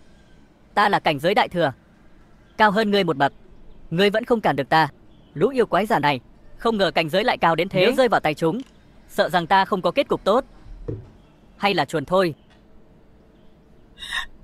Muốn chạy trước mặt những cường giả đại thừa như chúng ta, ngươi có nghĩ rằng mình có thể chạy thoát không? Các ngươi thật không biết xấu hổ. Vài lão yêu quái đại thừa kỳ bắt nạt ta chỉ ở kỳ luyện khí. Ta sẽ đi bẩm thánh quân để cáo trạng các ngươi. Cáo trạng? Đợi chúng ta phế bỏ người, sau đó cáo trạng cũng không muộn. Các ngươi tàn hại tông môn, ngươi không sợ trưởng môn trách tội sao? Trách tội? Ngươi tưởng thánh quân Côn Luân sẽ vì ngươi, một tên tạp dịch luyện khí kỳ, mà trách tội chúng ta? Thật nực cười. Dừng tay. Không ổn, hắn dường như vẫn đang đột phá, không có dấu hiệu dừng lại. Sao có thể như vậy? Hắn làm được thế nào? Hợp thể trung kỳ, hợp thể cuối kỳ, hợp thể đỉnh cao, đại thành kỳ. Hắn thực sự đã liên tiếp đột phá 2 đại cảnh giới. Ta đã nói, muốn mang Diệp Trần đi, trước tiên phải vượt qua ta. Ta không biết ngươi dùng cách nào đột phá đến đại thừa kỳ, nhưng cả ba chúng ta đều là đại thừa kỳ. Ngươi vẫn bó tay chịu trói, phải không? Không thể nào. Đáng chết, hắn vẫn đang đột phá, liên tiếp đột phá 3 cảnh giới lớn. Lục địa huyền linh từ trước đến nay hầu như không ai làm được. Rốt cuộc hắn dùng biện pháp gì? Có một khả năng là hắn đã dùng huyền thiên linh đan. Giới tu trần chúng ta không ai luyện chế được. Bây giờ phải làm sao? Thật đáng ghét, hắn vậy mà đã đột phá đến cảnh giới độ kiếp. Chỉ có trưởng môn thánh quân mới có cảnh giới này. Bây giờ cho dù ba chúng ta liên thủ cũng không phải là đối thủ của hắn. Hôm nay coi như người may mắn. Đợi đến khi chúng ta đạt đến cảnh giới độ kiếp, sẽ lại tìm người tính sổ. Viên đan dược mà Diệp Trần đưa cho ta chẳng lẽ là huyền thiên linh đan trong truyền thuyết? Nhưng đây là đan dược mà chỉ có tiên nhân mới có thể luyện chế. Diệp Trần ngươi, đại trưởng lão, đừng hỏi những gì không nên hỏi. Bọn họ đã đi rồi, ngươi về trước đi. Trong thời gian gần đây họ không dám đến tìm ngươi gây phiền phức. Đa tạ đại trưởng lão.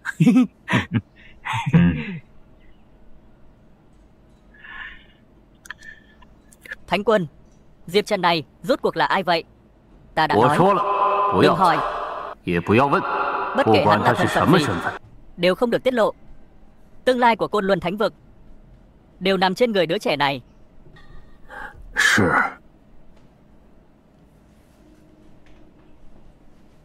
叶晨 3 tháng này cảm thấy thế nào rồi? Ta mỗi ngày chỉ quét dọn thôi, còn có một người vợ xinh đẹp như vậy ở bên, cuộc sống này thật thoải mái. Ta có gì không quen chứ? Sư tỷ thánh nữ, người của thánh vực liệt hỏa đến nói là muốn cùng chúng ta ở Côn Luân Thánh vực so tài. Không phải là tên Đường Thánh tử trước kia lại đến gây chuyện chứ? Chắc là vậy. Bọn họ cũng chỉ có thể dùng cách này đến gây sự. Xong rồi. Thằng này không phải là nhắm vào ta chứ? Hắn nếu tìm ta, ta có thể từ chối không? Tất nhiên là có thể. Cuộc tỷ thí giữa các thánh vực chỉ có thể chọn thánh nữ hoặc thánh tử. Nếu chúng nhắm vào ngươi, ngươi hoàn toàn có thể từ chối. Nhưng vì ta không cần ra tay, nên ta phải đi xem náo nhiệt.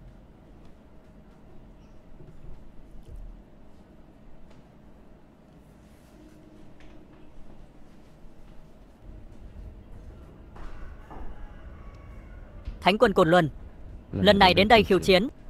Nếu đệ tử của ngươi thua, ta muốn không chỉ danh hiệu tông môn đệ nhất của ngươi, mà còn cả linh mạch của thánh vực Côn Luân. Đến lúc đó, không biết ngươi có nỡ hay không.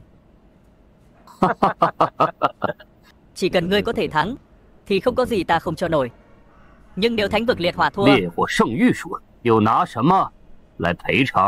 nếu ta thua, từ nay về sau liệt hỏa thánh vực ta sẽ là chư hầu của Côn Luân thánh vực ngươi. Một lời đã định. Lần đầu tiên đã chơi lớn như vậy, liệt hỏa thánh vực với Côn Luân thánh vực chúng ta vốn là kẻ thù không đội trời chung. Cho dù lần trước người không đuổi được Đường Xuyên, chúng vẫn sẽ đến gây sự. Tiếp đây, ta tuyên bố đại hội võ chính thức bắt đầu. Các đệ tử, hãy hữu nghị giao đấu. Đừng bao giờ chiến đấu đến chết. Sao có thể không liều chết chiến đấu? Tiêu Viêm, đừng làm mất mặt sư phụ. Sư tôn yên tâm, lần này ta nhất định sẽ khiến người Côn Luân thánh vực thất bại thảm hại. Tại hạ Tiêu Viêm là đệ tử đầu tiên của liệt hỏa thánh quân. Hôm nay các người giao chiến với ta là vinh dự của các người. Tiêu Viêm này thật sự là kiêu ngạo vô cùng, nhưng là đệ tử đầu tiên của liệt hỏa thánh quân. Hắn cũng thực sự có vốn liếng để kiêu ngạo, chỉ là đồ đệ, thậm chí còn không được tính là thánh tử. Có gì mà kiêu ngạo. Như Ngọc, nhìn cho kỹ, ta sẽ lên dạy cho hắn một bài học. Ai mà chẳng nói được lời sau, ta sẽ đấu với người. Vì ngươi muốn tự chuốc lấy nhục, vậy ta sẽ thành toàn cho ngươi. Ta là đệ tử nòng cốt của Côn Luân thánh vực. Hôm nay ta chỉ cần đánh bại ngươi là có thể một bước lên trời, trực tiếp thăng làm thánh tử. Ngươi chính là bàn đạp của ta. Ta thấy tên Lưu Trường Phong này thật sự rất ngạo mạn, chỉ tiếc là chỉ còn một cái miệng. Ta thấy tên Tiêu Viêm này phải mạnh hơn hắn gấp 100 lần, không đến nỗi vậy chứ. Tiêu Viêm tuy cũng là đệ tử của Thánh Tông, nhưng mà đối đầu với các thánh tử, hắn cũng chẳng có mấy phần thắng. Bây giờ sao lại chênh lệch lớn như vậy? Cửu truyền kim thân tuyệt. Lưu Trường Phong kết đan kỳ vô địch, công pháp cấp địa, cửu truyền kim thân đã tu luyện đến cảnh giới đại thành. Uy lực của một quyền này, cho dù là tu sĩ kết đan kỳ cũng khó mà chống đỡ. Ta thấy Tiêu Viêm này nhiều lắm chỉ là kim đan, khó mà chống đỡ.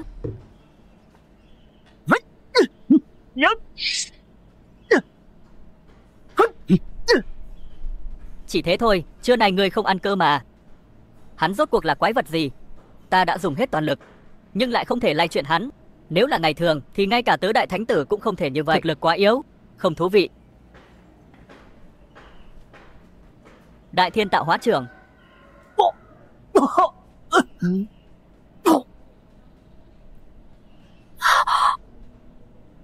Thiếu tướng trong tay hắn thậm chí không có sức phản kháng. Người này quá lợi hại. Thiếu tướng nhưng lại là người lợi hại nhất trong cùng lứa. Ngay cả hắn cũng không đánh lại. Người này vừa mới ra tay, khí thế tăng mạnh, trực tiếp đạt đến cảnh giới Nguyên Anh, rõ ràng là đã che giấu thực lực.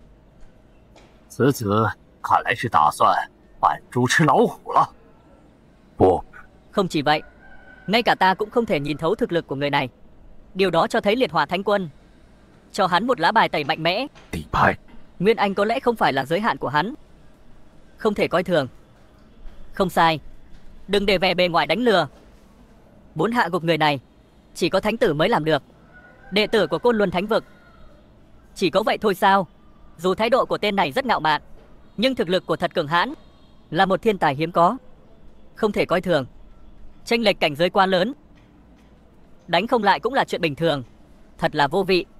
Rác rưởi như vậy mà cũng dám lên khiêu chiến với ta. Thật sự là không có một ai ra hồn. Chỉ đánh bại được một người của chúng ta.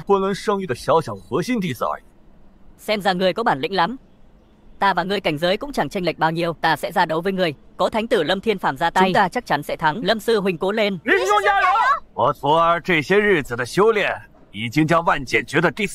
Tu luyện đến cảnh giới đỉnh cao, đối phó với 6 tên Nguyên Anh vãn bối thì không phải chuyện khó. Chỉ là một con kiến mạnh hơn một chút mà thôi. Cũng tốt, dùng ngươi để luyện tay, hy vọng ngươi có thể chống đỡ thêm vài chiêu.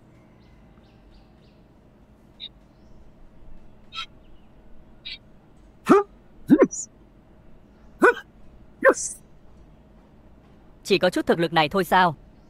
Diễm phân thực lãng xích.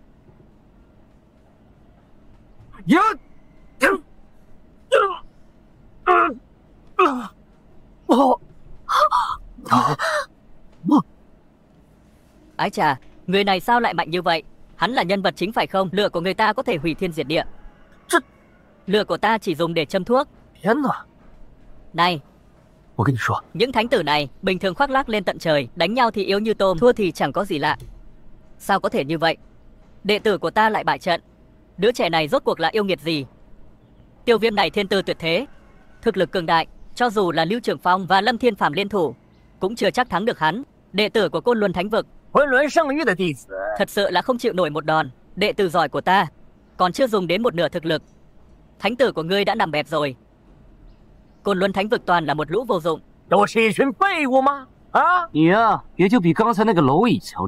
Không biết ai cho người tự tin, dám lớn tiếng với ta, ta sẽ liều mạng với ngươi. Mấy trò vật vãnh mà cũng dám đem ra khoe khoang. Diễm phân thực lãng thước. Đồ đệ tốt của ta, Thiên Phàm. So tài võ nghệ chú trọng điểm đến là rừng, ngươi lại vọng tưởng hại mạng người. Không thể trách ta, chỉ trách thực lực của hắn quá yếu. Ta còn chưa dùng sức, hắn đã ngã xuống, ta cũng muốn tha cho hắn. Đáng tiếc thực lực không cho phép. Sư tôn, đệ làm mất mặt người, đừng nói nữa. Xuống dưới chữa thương. Sư tôn, để con lên đi, còn sẽ bắt hắn phải trả giá cho sự ngông cuồng hôm nay. Đi đi, nhớ ra tay nhẹ tay thôi. Vâng, sư tôn. Này, Nguyệt Ly, người này có vẻ mạnh đấy. Nàng có đánh lại được không? Đừng có cố tỏ ra mạnh mẽ. Người yên tâm, từ lần trước uống trà Vân Vũ Sơn, tu vi của ta đã tiến triển vượt bậc, đối phó với loại người này không thành vấn đề. Này này, Nguyệt Ly, nếu nàng không đánh lại thì mau xuống đây, đừng để bị thương. Sở Thánh Nữ, ta đã sớm nghe nói cô có nhan sắc nghiêng nước nghiêng thành, đẹp như tiên nữ. Hôm nay gặp mặt, quả nhiên là đồn đúng như lời. Chẳng trách sư đệ Đường Xuyên của ta luôn nhớ mãi không quên. Nhưng ta khuyên cô vẫn nên xuống đi, nếu không thì khuôn mặt xinh đẹp của cô bị ta đánh bầm dập thì không xứng với sư đệ ta. Sư đệ ngươi, hắn không xứng. Cô nói Đường Xuyên không xứng, chẳng lẽ đám ông hợp sau lưng cô xứng sao? À, ta nghe nói cô hình như đã đính hôn với một đệ tử tạp dịch. Thật sự là cố ý sỉ nhục Thánh Vực liệt hỏa của ta. Hôm nay ta sẽ cho cô biết giá phải trả khi sỉ nhục Thánh Vực của ta. Nói ít thôi, ra tay đi.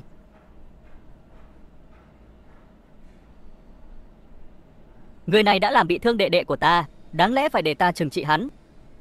Cô lùi xuống trước. Nguyệt Ly, mau xuống đây. Cuối cùng Lâm gia cũng chịu ra tay. Nàng đừng có đánh nhau với đám thô lỗ này, đánh nhau đến chết. Lũ tiểu nhân của liệt hỏa Thánh Vực lại dám đến Côn Luân Thánh Vực của ta gây sự. Hôm nay ta sẽ dạy cho ngươi một bài học. Ta khuyên ngươi nên chuẩn bị sẵn đan dược hồi hồn, để tránh đến lúc đó không chịu nổi thế công của ta, hồn phi phách tán. Khẩu khí thì thật là lợi hại, chỉ sợ ngươi cũng giống như những kẻ trước đó thôi, không chịu nổi một đòn. Giữ lại đan dược hồi hồn cho người dùng. Hôm nay nếu không dẫm người dưới chân, ta không xứng làm thánh tử Côn Luân. Đón đòn đi. Kiếm đến. Lôi đình kiếm quyết của Lâm Thiên Ngạo thật không ngờ lại đột phá thêm lần nữa, đến cảnh giới đỉnh phong viên mãn, hoàn toàn không thua kém tu sĩ hóa thần. Có hắn ở đây, Tiêu Viêm chắc chắn sẽ thua.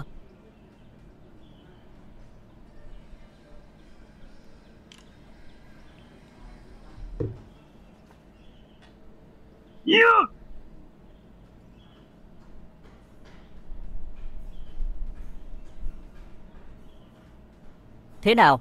Cảnh giới viên mãn của ta, lôi đình kiếm quyết uy lực thế nào? Nếu tự biết không địch nổi, có thể đầu hàng sớm, còn có thể chịu ít tội hơn. Chỉ với thực lực như vậy, còn muốn ta quỳ xuống? Ta thấy người nên quỳ xuống là người tìm chết.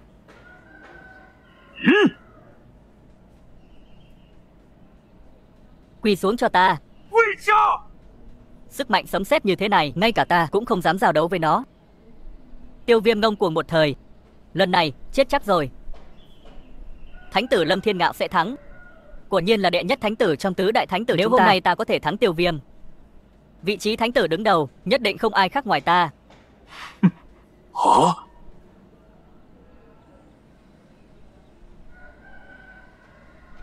Sao có thể? Vừa rồi chỉ đùa giỡn với người thôi.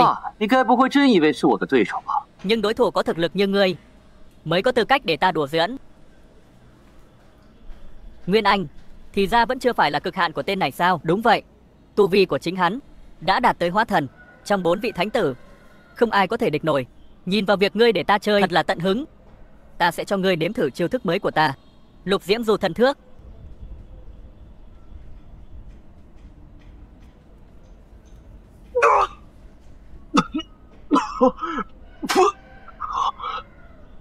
Đây chính là cái gọi là thánh tử của Côn Luân Thánh Vực. Lũ gà đất chó ngói, không chịu nổi một đòn. Huấn Luận, Đệ tử trẻ tuổi của các ngươi cũng chẳng ra gì. Trận chiến này các người đã thua rồi. Tiêu Viêm, ngươi đừng vui mừng quá sớm. Ta chỉ là trong số các thánh tử xếp thứ 2 mà thôi. Cho dù ngươi đánh bại ta, không thể đánh bại thánh tử. Đứng đầu của chúng ta được. Hòn đá hôn mang phát ra 9 màu thần quang. Con cưng của trời, thua cho vực lửa thánh vực, ta không thể gánh vác. Diệp Trần, ngươi không lợi hại sao để ngươi đi đối phó với Tiêu Viêm yêu nghiệt này? Nếu thua, đó là trách nhiệm của ngươi. Hỗn độn bia bị kích phát 9 loại thần quang. Ngay cả tổ sư của Côn Luân năm xưa cũng chỉ kích hoạt được 5 loại thần quang. Côn Luân Thánh Vực vậy mà lại xuất hiện nhân tài như vậy. Côn Luân Thánh Vực các ngươi còn có thánh tử đứng đầu. Đứng ra chiến đấu với ta, xem ngươi có đủ sức để bị ta đánh cho tơi bời. Chính là Diệp Trần, sức mạnh của tên này không phải ngươi có thể tưởng tượng được. Nghĩ lại thì hồi đó 3 thánh tử của thánh vực chúng ta liên thủ cũng không thể làm hắn bị thương. Không sai, chính là ngươi. Nhanh chóng lên, giành chiến thắng cho thánh vực Côn Luân chúng ta. Gì vậy? Một thiên tài yêu nghiệt như thế các ngươi đều không đánh lại để ta đi đánh. Đây không phải là đẩy ta vào hố lửa sao? Sư huynh, chính là hắn. Hôm đó tên tiểu tử không biết đã dùng pháp khí gì đột kích ta và sư tôn, khiến sư tôn bị thương. Hôm nay ngươi ở đây nhất định phải dạy cho hắn một bài học. Vị này chính là thánh tử đứng đầu vô song của thánh vực Côn Luân chúng ta. Diệp Trần, hắn đối phó với ngươi chỉ cần động động ngón tay là có thể nghiền ngươi thành tro. Ngươi có thể đừng kéo ta vào chuyện khoác lác của ngươi không? Đám người các ngươi thật sự đã thổi phồng hắn lên trời. Có gì ghê gớm đâu. Nếu hôm nay hắn rơi vào tay ta, chỉ một chiêu là xong. Các ngươi ở Côn Luân Thánh Vực sẽ thua. Đừng nghe bọn chúng nói bậy. Không đáng tin. Ta nào có bản lĩnh đánh với ngươi. Ta cũng không đại diện cho Côn Luân Thánh Vực. Ta không nói bậy đâu. Hôm đó ta cùng Trần Thánh Tử còn có Ninh Thánh Tử 3 người liên thủ, cũng không làm ngươi tổn thương một sợi lông. Trần Thánh Tử, Ninh Thánh Tử, ta nói đúng chứ? Đúng rồi, sức mạnh của Diệp Trần khiến chúng ta không thể sánh kịp, không phải là đối thủ. Hôm đó các trưởng lão của Thánh Vực cũng có mặt, họ cũng có thể làm chứng. Mượn tay người này để giết ngươi, còn có thể đổ lỗi hoàn hảo. Tiểu tử ngươi chờ chết đi. Lần này Diệp Trần xong đời rồi. Đây là cuộc tỷ thí giữa các đệ tử trong Thánh Vực, sợ rằng sẽ không còn ai có thể bảo vệ hắn. Dù có may mắn đến mấy thì cũng sẽ có lúc hết vận. Lần này hắn sợ rằng khó thoát khỏi kiếp nạn. Điều này không ổn. Bất kể Diệp Trần có thiên phú tuyệt thế như thế nào thì hắn vẫn chỉ là một tu sĩ luyện khí. Đúng vậy, đem thể diện và tương lai của tông môn đè lên người hắn, có phải quá đùa dẫn không? Côn Luân Thánh Quân, tông môn của ngươi có phải không có người không? Phái tên tu luyện khí này đến đấu với đồ đệ của ta. Ta thấy hắn ngay cả linh căn cũng không có, nhưng lại thổi phồng hắn lên là thiên tài tuyệt thế. Thật là loại có mắt như mù. Sức mạnh của hắn, đừng nói là đồ đệ của ngươi, ngay cả ngươi đứng trước mặt hắn, hắn cũng nghiền nát ngươi thành từng mảnh chỉ bằng một ngón tay. Sư tôn, người của Côn Luân Thánh Vực thực lực không ra gì, khẩu khí thì không nhỏ. Có phải là thiên tài tuyệt thế không? Ta sẽ thử xem hắn sâu cạn thế nào. Ngươi đừng nghe bọn họ nói bậy. Ta chỉ là một đệ tử tạp dịch, nào có thiên tài tuyệt thế gì chứ? Ngươi có phải hay không? Ta thử một chút là biết ngay. Ngươi không phải là thiên chi kiêu tử thì cũng không hôm sao. Nay cũng không chạy thoát. Ta nói trước, nếu lát nữa ta không khống chế được sức mạnh đánh ngươi hồn phi phách tán, đừng trách ta vô tình. Này, khoan đã, ta có thể đầu hàng không? Thật là mất mặt. Xem ra các ngươi ở Côn Luân Thánh Vực đều là đồ hèn nhát. Mất mặt còn hơn mất mạng. Biết rõ đánh không lại mà vẫn muốn lấy trứng trọi đá, như vậy chẳng phải là ngốc sao? Nhưng ta thua không có nghĩa là Côn Luân Thánh Vực thua, bởi vì ta căn bản không đại diện cho Côn Luân Thánh Vực.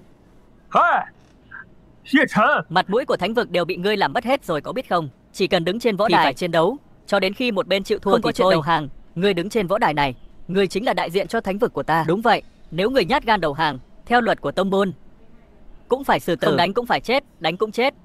Ngươi chọn cách chết đi, lần này xong đời rồi, dù sao cũng chết. Đừng nói nhảm nữa, hôm nay ngươi phải đánh. Xin cái bao tay lại định làm gì? Lấy hòa làm quý không tốt sao? Không nhất thiết phải đánh nhau, đã là thi đấu. Cầm kỳ thi họa cũng được mà. Huyền Linh Đại Lục lấy võ làm tôn, ngươi chỉ toàn làm những trò giả tạo, xem hôm nay ta sẽ xác ngươi ra thành vạn đoạn. Ôi trời, ngươi không nói đạo lý. Sức mạnh chính là đạo lý. Thôi thôi, cho dù có chết cũng phải chết có tôn nghiêm.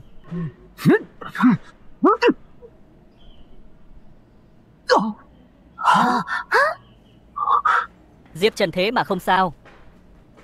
Sao có thể như vậy? Chỉ là một tên phế vật ở giai đoạn luyện khí. Vừa rồi ta đã dùng 7 phần công lực, vậy mà không làm hắn bị thương chút nào. Cái gì? Hắn vừa mới đốt lên là... 他刚刚点燃的竟然是异火榜排名第2的虚无吞炎。 Ngọn lửa này sao có thể bị một tú sĩ ở giai đoạn luyện khí thu phục?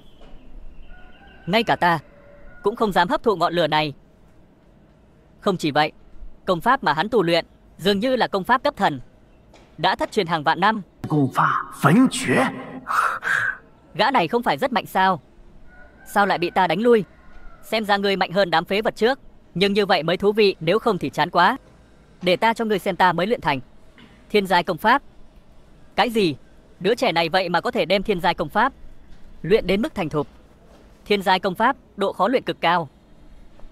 Người thường muốn luyện đến cảnh giới đại thành ít nhất cũng phải 3.000 năm trở lên.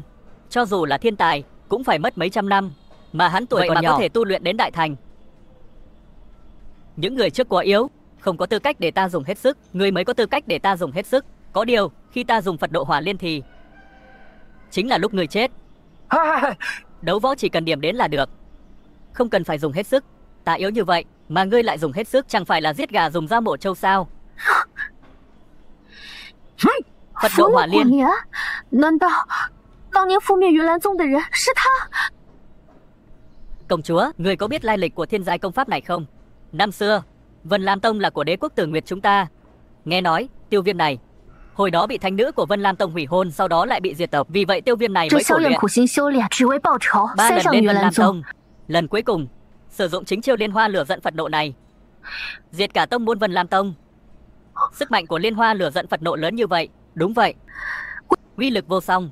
Trận chiến ngày đó, gặp ai trong Vân Lam Tông cũng giết sạch. Cả tông môn cũng bị san bằng, bị tàn phá. Đòn thế mạnh mẽ như vậy, sợ rằng Diệp Trần sẽ chết không toàn thây. 今日我们昆仑圣域怕是要败呀！ Diệp Trần có lẽ sẽ bị thiêu thành tro. Liên hoa phẫn nộ của Phật vô cùng mạnh mẽ. Mọi người tránh xa ra, cẩn thận bị vạ lây. Đón lấy liên hoa phẫn nộ của Phật, chết dưới tuyệt kỹ thành danh của ta, cũng coi như là vinh hạnh của ngươi. Đúng vậy. Nhìn khắp đại lục huyền linh, những người cùng thế hệ với Tiêu Viêm không ai có thể chống đỡ được. Liên hoa văn hỏa chính là sự kết hợp của 3 loại dị hỏa. Uy lực của nó trong phạm vi trăm dặm có thể trong nháy mắt hóa thành tro bụi. Tiêu Viêm, ngươi đừng làm ta thất vọng. Nhất định phải giết chết tên Diệp Trần này. Diệp Trần có thể lấy thân phận một người bình thường, chết dưới tay một thiên tài tuyệt thế như Tiêu Viêm, không uổng công sống một kiếp người. Chỉ cần ngươi chết, Như Ngọc sẽ là của ta. Tiêu Viêm đã là so tài, đừng giết người. Để lại cho hắn một hơi thở, đừng giết chết hắn. Để lại thằng nhóc này vẫn còn có chút tác dụng. Hư vô thôn viêm này cho hắn dùng, thật sự là bạo tàn. Dị hỏa như thế này chỉ có ta mới có thể sở hữu. Vâng, sư tôn là không giết hắn, nhưng ta sẽ phế toàn bộ kinh mạch của hắn, cắt đứt tứ chi, biến hắn thành một kẻ vô dụng. Đến lúc đó, thánh vực liệt hỏa của ta hoàn toàn thống trị Côn Luân thánh vực. Ta cảm ơn ngươi đã để lại cho ta một mạng sống. Vừa rồi bọn chúng không phải khoe khoang rằng hỏa liên này rất lợi hại sao? Ta lại thấy hỏa liên này hình như cũng chẳng lợi hại lắm. Thôi kệ, đánh trước rồi tính, thắng thì không thắng được, ít nhất cũng có thể chết đứng.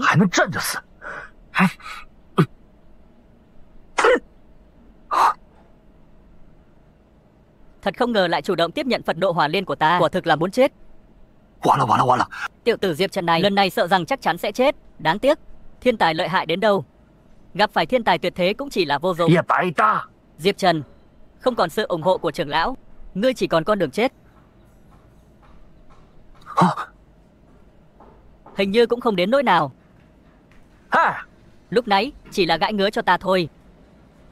Không thể nào, sao người có thể không hề hấn gì? Một chiêu mạnh mẽ như vậy, hắn đáng lẽ phải tan thành mây khói. Cái gì? Tiêu Viêm toàn lực một kích, cho dù là tu sĩ hóa thần cũng phải bị cháy một lớp da. Chắc chắn tên nhóc này còn giấu pháp bảo hộ tiên khí. Thì ra là vậy, ngươi dám nhục mạ ta, nhưng mà lão tử cũng có tiên khí.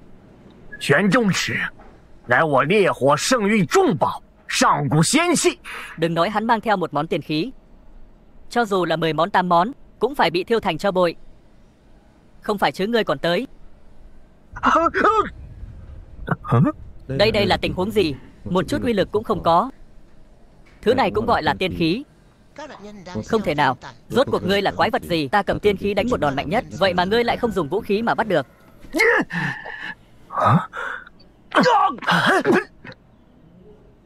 Sao lại vô dụng thế? Đây là loại tiên khí nhảm nhí gì vậy? Sao không thấy sức mạnh gì? Ngươi có phải mua phải tiên khí trên Shopee không vậy? Không thể nào. Cái gì mà đốt cháy sinh mệnh còn chẳng bằng cái bật lửa thiêu đốt của ta. Hay, quá tuyệt vời, quá tuyệt vời. Chúng ta thắng, Diệp Trần thắng rồi, Luân Thánh vực chúng ta thắng rồi. Diệp Trần thế mà lại thắng. Cái này cũng có thể thắng. Của Nhiên là đại trưởng lão, chọn ra thánh tử đứng đầu. Thực lực của Nhiên không tầm thường.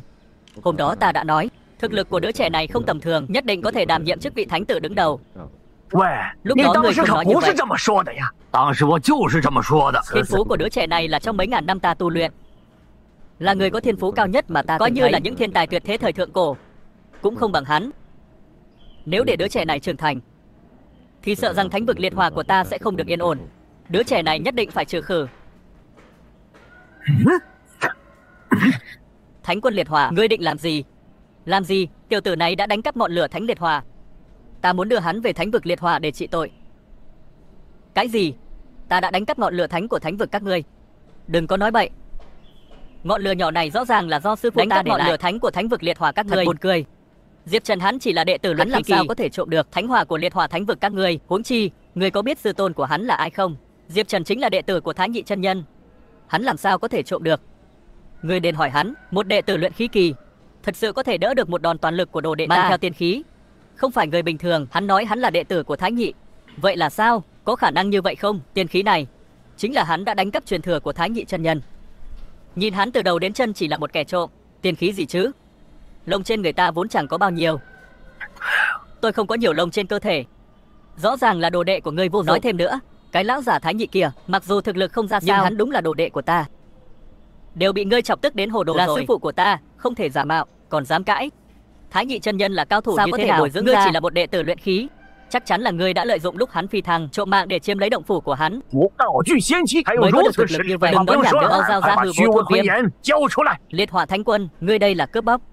Hư vô thôn viêm. Nếu các người không giao, thì ta không khách khí. Uy áp thật mạnh. Nhiệt độ xung quanh đều nóng lên, cảm giác chỉ cần lại gần thêm một chút, cả người sẽ bị tan chảy. Cuối cùng thì sức mạnh của Diệp Trần cũng đã đến giới hạn, chỉ một chút bất cần, cả thánh vực Côn Luân chúng ta đều phải chôn cùng. Người này lại có khí thế mạnh mẽ đến vậy. Liệt hỏa thánh quân đã tu luyện công pháp cấp thần Phẫn Thiên Diệt Thế Quyết, đến cảnh giới viên mãn 10 tầng, có thể nói là vô địch dưới cảnh giới độ kiếp. Không trách được người này lại dám ngông cuồng đến vậy. Côn Luân thánh quân, ngươi thật sự muốn cùng ta khai chiến sao? Không giao ra hư vô thôn viêm, Côn Luân thánh vực toàn bộ sắp phải hủy diệt. Luận thực lực, ta xác thực so với người yếu, nhưng nếu người muốn cướp đoạt dị hỏa, làm hại đệ tử của ta tuyệt đối không đồng ý. Thật là ngoan cố không chịu nghe. Hôm nay cho người đếm thử quyền pháp diệt thế thiêu đốt của ta. Bắt đầu. Cứ việc đến đây, tuy thực lực của ta không bằng ngươi, nhưng Diệp Trần ở đây, ngươi không thể làm nên chuyện gì lớn. Thật vô liêm sỉ. Ngay cả ngọn lửa nhỏ trong tay ta người cũng muốn. Nhưng nhìn tình hình này, là thật sự muốn diệt Côn Luân thánh vực, cũng muốn cướp ngọn lửa nhỏ của ta. Nguyệt Ly không rời bỏ ta, cũng coi Côn Luân thánh vực như nhà, không thể để lão vương bát này phá hỏng. Bọn ta là tu sĩ, sợ gì chứ? Nộp dị hỏa, ta tha cho các ngươi. Thôi, ông già này, ông không hút thuốc, lấy bật lửa làm gì? Dị hỏa này nếu muốn thì cứ lấy đi. Tiểu tử ngươi tự nguyện giao nộp dị hỏa. Hôm nay ta tạm tha cho Côn Luân thánh vực. Diệp Trần, ngươi chắc chứ? Ngọn lửa liên quan đến tính mạng, nếu giao nộp thì sợ rằng tính mạng sẽ gặp nguy hiểm. Nhất thì chúng ta sẽ chiến đấu đến cùng với hắn. Đúng vậy, Diệp Trần, chúng ta không cần phải sợ hắn. Hơn nữa, ngươi cũng không cần sợ hắn.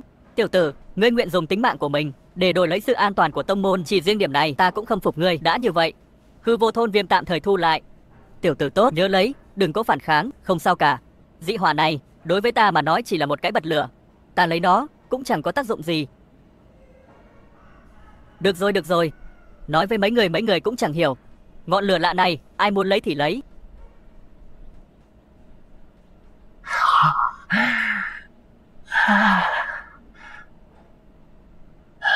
Sức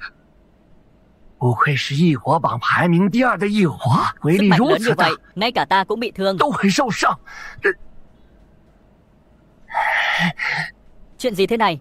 Trong tình huống hắn hoàn toàn tự nguyện, hư vô thôn viêm lại không hề động đậy. Sao lại không có động tĩnh gì cả? Người có được không vậy? Người dám nghi ngờ lão phu không được. Hôm nay ta không tin điều xui xẻo này. Ngọn lửa hư vô này sẽ là của ta rồi. Thiếu chút nữa. Thiếu chút nữa thôi. Ta đã nghiên cứu những từ hư vô trong hàng ngàn năm. Cuối cùng cũng là của ta rồi. Chúc mừng ngươi nhé. Đã thành công có được một que diêm vĩnh cửu. Ngọn lửa lạ rơi khỏi vật chủ, chắc chắn sẽ chết. Sao ngươi không chết? Ý ngươi là gì? Ngươi đã cướp một cái bật lửa của ta. Tại sao ta phải chết? Ngọn lửa lạ rơi khỏi vật chủ, chắc chắn sẽ chết. Sao ngươi không chết? Ta đâu phải bật lửa thành tinh. Tại sao ngươi cướp lửa của ta? Ta phải chết. Lão già kia, ngươi chơi lửa đến hỏng não rồi. Dám nhục mạ sư phụ ta. Ngươi có tin ta dùng hỏa diệm thánh vực không? Vừa rồi ta còn thấy sợ, nhưng thấy lão già này cướp lửa, cười đến nỗi nước mũi chảy ra, ta thấy không còn sợ nữa. Khi ngươi không chết thì ta sẽ đưa ngươi lên đường. Lửa lạ rơi khỏi cơ thể, ngươi không chết, chứng tỏ ngươi vẫn còn lửa khác. Ta phải giết ngươi trước, lấy dị hỏa trong cơ thể ngươi ra. Lão quỷ liệt hỏa, ngươi không giữ chữ tín, thật sự là tự đào bổ chôn. Người tu tiên mạnh được yếu thua. Chữ tín vài ngàn năm trước ta đã vứt bỏ hết rồi. Chuyện gì xảy ra vậy?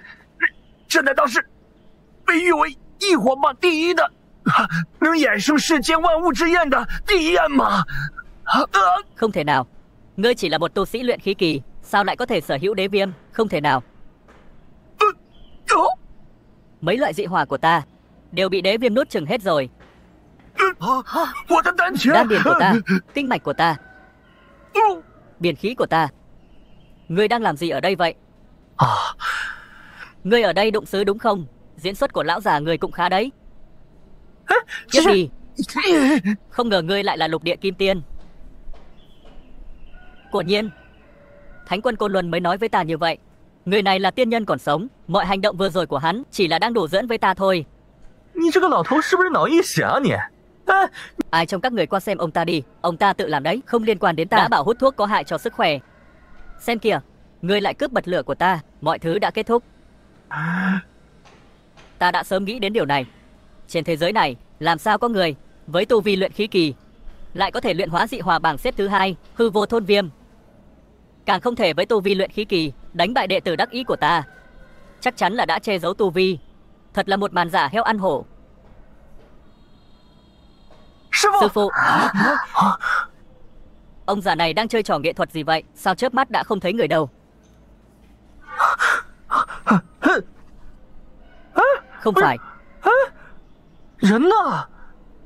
Người đã bao nhiêu tuổi rồi còn chơi trò trốn tìm ở đây? Người có trẻ con không vậy? Có thấy xấu hổ không? Mau ra đây cho ta. Tu vi của Diệp tiên sinh cao thâm, thánh vực liệt hỏa của ta tự thấy không bằng. Từ bây giờ thánh vực liệt hỏa của ta trở thành môn phái chư hầu của thánh vực Côn Luân. Mong Diệp tiên sinh tha mạng. Thực lực của Diệp Trần mạnh mẽ đến vậy. Thánh quân liệt hỏa này ít nhất cũng là độ kiếp trung kỳ, là một trong những cường giả hàng đầu. Cho dù Diệp Trần có đế viêm cũng không thể bị diệt sát.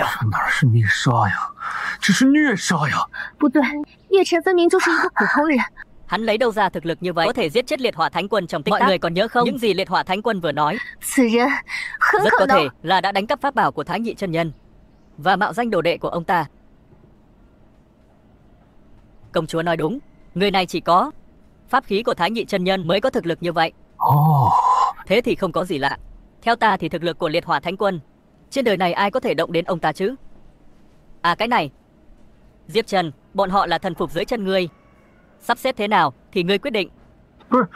Ta quyết định sao? Theo ta thì bọn người các ngươi đến cả một tên tạp dịch như ta cũng đánh không lại. Cũng đừng tu tiên gì nữa. Mỗi ngày quét dọn cũng tốt. Cần tuân pháp chỉ. Diệp Trần, ngươi đúng là lợi hại.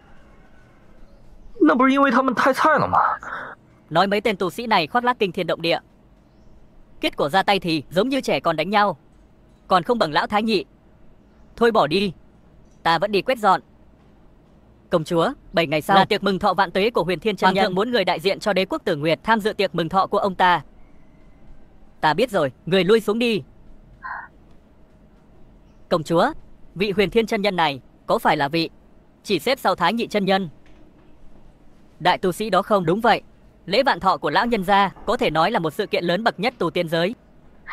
Biết đâu, đến lúc đó còn được gặp lão nhân gia, ông ấy phi thăng không được chậm trễ.小黑， Đây là thiệp mời dự tiệc mừng thọ. 寿宴邀请函。哼，玄天那个老头说他活了10000岁。 Thật hay giả vậy. Ta thấy ông ta như thế, giống như một ông lão 70-80 tuổi. Nhưng ông ta có quan hệ tốt với sư phụ ta, ta phải đến dự tiệc này. 哎，小黑，你去帮我叼点寿礼过来。月晨， Sư tôn ta bảo ta đại diện cho Côn Luân Thánh Vực đi dự tiệc mừng thọ của Huyền Thiên. Nếu ngươi rảnh thì có thể đi cùng ta. Tất nhiên là rảnh rồi, ta đang định xin nghỉ phép để đi đây. Giờ 这 đi, 下，咱俩 chúng 顺 ta 路。 cùng đường.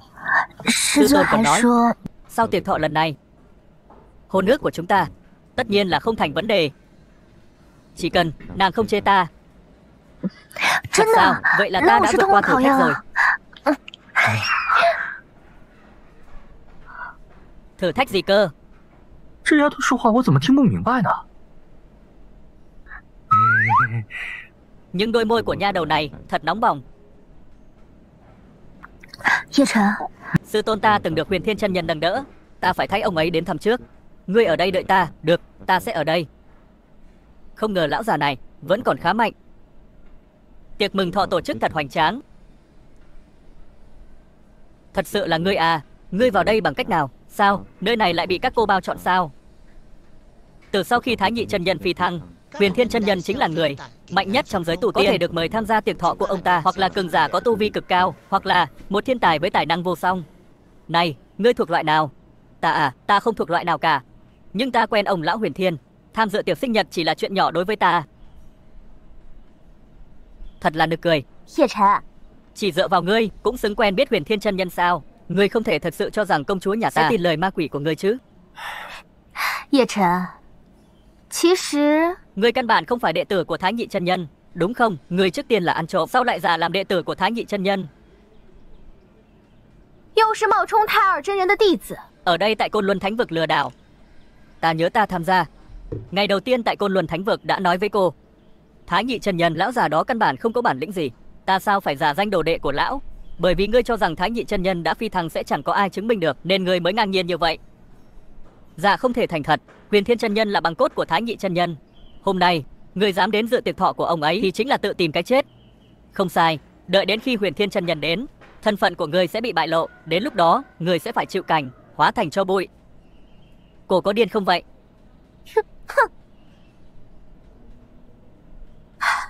Diệp Trần hỡi Diệp Trần, người có cãi cố thế nào cũng vô dụng. Người mãi mãi không thể nào đuổi kịp bước chân của ta. Hôm nay chính là ngày ngươi bị lột trần bộ mặt thật.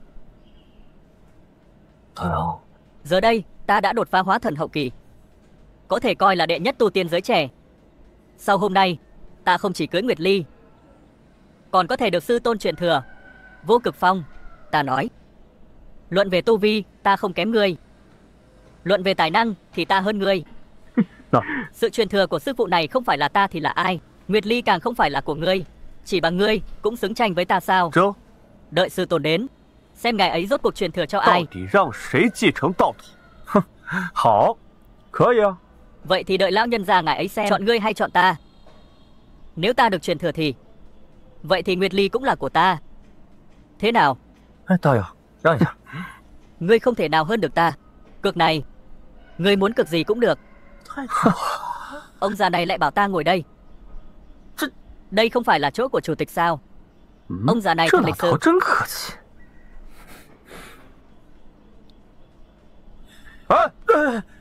小子， Ai cho người cái gan ngồi đây?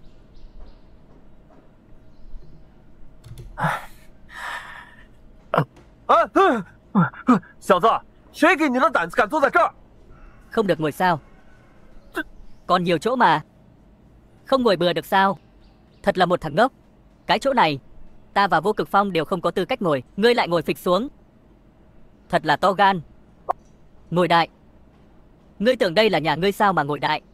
Hàng này chỉ có các tông chủ tông môn lớn và thánh quân thánh vực mới có tư cách ngồi. Ngươi nói xem ngươi ngồi được không? Xin lỗi, ta thật sự không biết chuyện này. Ta tưởng ngồi đại cũng được. Thiệp mời chẳng phải bảo ta ngồi đây sao? Ngươi coi đây là nơi nào? Ngươi muốn ngồi thì ngồi, muốn đi thì đi.区区一个练气期的杂碎， Đến phòng tiệc phục vụ còn không đủ tư cách, sao lại trà trộn vào đây? Ta đã nói trước rồi, Diệp Trần này đến đây cuối cùng cũng chỉ là mất mặt. Hắn không làm gì tốt, lại còn ngồi ở hàng đầu, thật là muốn chết. Thiên Huyền Tông này là tông môn hàng đầu vượt qua cả tứ đại thánh vực. Về thực lực, 4 thánh vực cộng lại cũng không bằng. Hắn làm ra chuyện ngốc như vậy, vậy mà chỉ bị đuổi ra ngoài, thật sự là may mắn. Tiểu tử này đúng là may mắn thật. Nếu đợi Huyền Thiên Chân Nhân đến, vạch trần bộ mặt thật của hắn, sợ rằng không chỉ bị ném ra ngoài, mà còn bị tan thành tro bụi. 来人， Ném thứ vô liêm sỉ này ra ngoài. Ấy, khoan đã, đây là cách tiếp khách của các ngươi sao? 客 Một con kiến hôi như ngươi cũng xứng làm khách. Tiệc mừng thọ sư tôn của ta, nếu không phải chúng ta là người không thèm giết loại, tu luyện khí công như ngươi, thì giờ này ngươi đã chết rồi. Sao ta lại không phải là khách chứ? Ta có thiệp mời. Sao ta lại không phải là khách chứ? Ta có thiệp mời. Diệp Trần à, Diệp Trần, ngươi có biết lời mình nói buồn cười đến mức nào không? Thiệp mời dự tiệc thọ này có thể lấy được đều là những người đứng đầu giới tu tiên. Đế quốc tím nguyệt của ta đã là đỉnh cao của nhân gian, vậy mà lại nhận được tấm thiệp mời bằng đồng cấp thấp nhất. Ta thay phụ hoàng tham dự, cũng chỉ có thể ngồi ở góc hẻo lánh. Còn những vị trí ở giữa đều là tu sĩ, chỉ những người đứng đầu mới được ngồi, không phải hóa thần thì không được vào dự. 这 他们说的 Họ 没 nói 错， đúng, 就连化神修士都只 chỉ 能 có 坐 thể 在 ngồi ở 边 bên 上。 ngoài, còn bàn bên trong chỉ có người mạnh mới được ngồi. Và hàng mà ngươi ngồi này chỉ có tông môn cường giả và độ kiếp tu sĩ mới có tư cách. Vừa rồi ngươi ngồi xuống, không chỉ làm bẩn chỗ ngồi, còn làm nhục tất cả tu sĩ ở đây. Nhưng ta có thiệp mời, thiệp mời chính là để ta ngồi đây, không biết sống chết còn dám cãi. Kiến hôi hạ đẳng, 修士， nếu ngươi có thiệp mời, ta sẽ 我 ăn ngay 直 cái 接 bàn 将 này. 这张桌子给吃了。啊！ Đây là lời ngươi nói.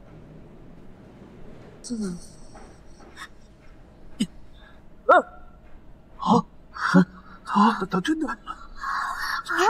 Diệp Trần, ngươi điên rồi sao? Làm giả thiệp mời còn dám lấy ra lừa bịp. Thư mời dự tiệc mừng thọ có dấu ấn pháp lực của Huyền Thiên chân nhân, thật giả chỉ cần nhìn là biết. Nếu không có pháp lực của Huyền Thiên, dám làm giả thiệp mời, thật là 100 cái mạng cũng không đủ chết. Thiệp mời này thực sự là thật, 不只是真的， hơn nữa còn là thiệp mời vàng tôn quý nhất. Chỉ có trưởng môn thánh vực và cường giả vượt kiếp mới có tư cách nhận được. Điều này không thể nào. Ta đã nói là thật mà. Đợi đã, lại có chuyện gì nữa? 我知道了， Tên này đi cùng với thánh nữ Nguyệt Ly. Thư mời của hắn chắc chắn là của thánh nữ. Đi cùng với Nguyệt Ly, hắn chỉ là một tên nhóc ở giai đoạn luyện khí, có tư cách gì mà được theo Nguyệt Ly vào? Còn phải đoán sao? Hắn ấy chắc là thằng hầu hạ bên cạnh Nguyệt Ly, chỉ là thứ nô bộc, cầm thiệp mời của Nguyệt Ly, mượn gió bẻ măng thôi. Đúng vậy, hắn dựa vào uy thế của thánh nữ lừa bịp khắp nơi, nhưng rõ ràng đây là thiệp mời của ta. Ta thật khâm phục bản lĩnh cãi chày cối của ngươi. Đến nước này rồi mà ngươi vẫn còn cãi. Vị trí này Nguyệt Ly muốn ngồi thì ngồi, 在底。 chỉ có phần ngươi cút ra ngoài. 来人， Dừng tay.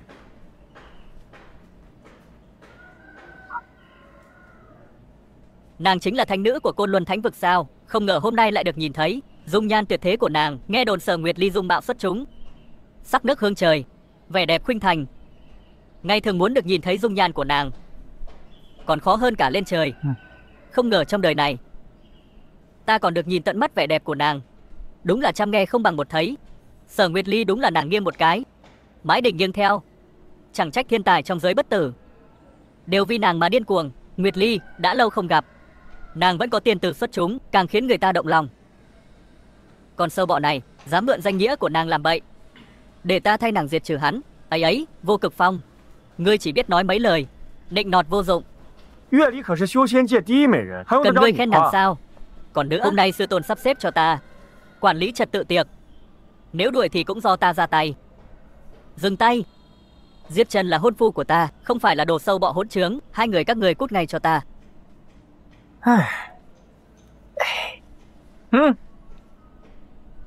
Nguyệt Ly, Tên phế vật này là hôn phu của nàng.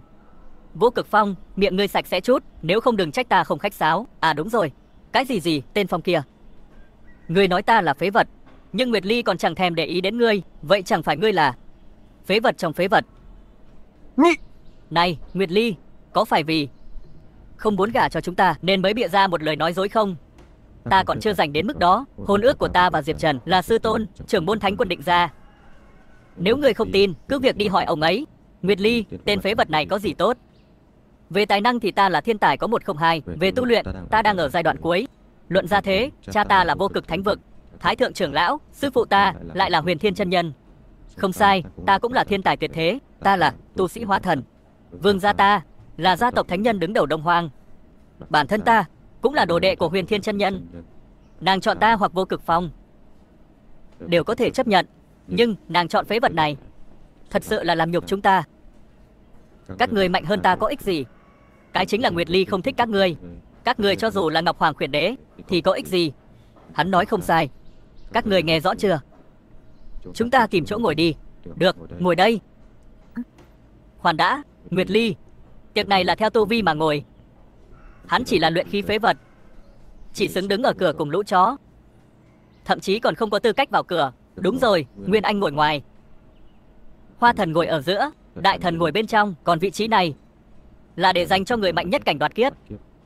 Ta có sư tôn Thánh quân Côn Luân cho ta thiếp mời, ta và Diệp Trần đi cùng nhau. Hắn không cần phải ngồi theo tu vi. Xin lỗi, hôm nay ta là người chủ trì, ta không cho hắn ngồi. Hắn không được ngồi. Đúng vậy, một người, một chỗ, một thiệp mời. Không có, cút ra ngoài. Ta vừa nãy không phải đã lấy thiệp mời ra cho các người xem rồi sao? Diệp Trần, ta hỏi ngươi có đức có tài gì mà có thể để Huyền Thiên Tông phát thiệp mời cho người vậy? Người nói như vậy chính là đang sỉ nhục Huyền Thiên Tông và Huyền Thiên chân nhân. Không có thiệp mời mà còn giả vờ có thiệp mời. Ta thấy người chán sống rồi. Mạo nhận thiệp mời, đột nhập tiệc. Ta thấy nên theo quy định của Huyền Thiên Tông mà xử lý người này. Các ngươi đừng quá đáng. Nguyệt Ly, chúng ta chỉ làm theo quy định. Đúng vậy, đã phạm vào quy định của Huyền Thiên Tông chúng ta thì phải bị đưa lên lôi đài, bị ngũ lôi đánh chết. Tấm thiệp mời này chính là của ta. Thiệp mời ở đây. Mở to mắt chó của các người ra mà nhìn cho rõ. Lấy một thứ đồ giả mạo định lừa chúng ta. Không đúng, cái này, cái thiệp mời này lại là thật. Trên này còn có khí tức của sư tôn, là do chính tay lão nhân già phát ra. Sao có thể như vậy được? Không phải chứ, cái này chắc chắn là có gì đó nhầm lẫn rồi. Hắn chỉ là một tên phế vật ở giai đoạn luyện khí. Dựa vào đâu mà sư tôn lại đích thân gửi thiệp mời? Dựa vào đâu mà có thể khiến sư tôn đích thân dán thông báo? Vừa rồi các người nói ta không có thiệp mời thì không được vào ngồi. Bây giờ ta đã lấy thiệp mời của ta, các người vẫn không cho ngồi. Hai vị sư huynh, các người đừng để tên này lừa. Trước đây hắn ở Côn Luân Thánh vực, mạo danh là đệ tử của Thái Nhị chân nhân, lừa đảo khắp nơi. Hắn còn ăn trộm pháp bảo của Thái Nhị chân nhân. Ta thấy cái thiệp mời này là hắn ăn trộm. Còn có chuyện như vậy.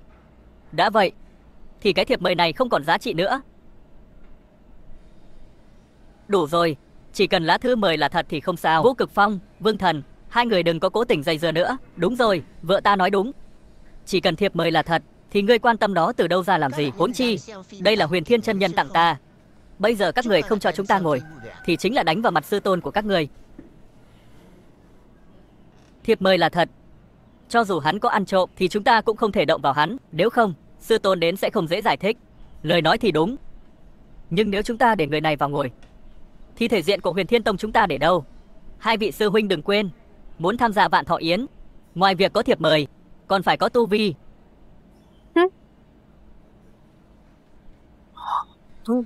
Nhan Như Ngọc, người rốt cuộc có phải là người của Côn Luân Thánh vực hay không? Sao lại luôn đối đầu với Diệp Trần? Thánh nữ Minh Giám, công chúa nhà ta đương nhiên là người của Côn Luân, nhưng nàng ấy thật sự không thèm chấp nhặt với phế vật. Người không thể ý mình là thánh nữ mà tùy tiện vu khống người khác được. Đúng vậy, thánh nữ. Trước đây ta thực sự rất ngưỡng mộ người, nhưng ta thực sự không hiểu nổi. Rõ ràng người là thiên chi kiêu nữ, tại sao lại tự hủy hoại bản thân, tự hạ thấp mình, kết làm đạo lữ với một kẻ không ra gì như vậy?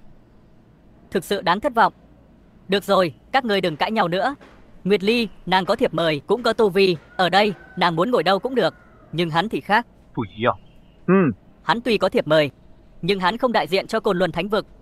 Có thể vào cửa này thì không giả, nhưng có thể ngồi xuống hay không Còn phải xem tu vi của hắn thế nào đã. Không phải chứ?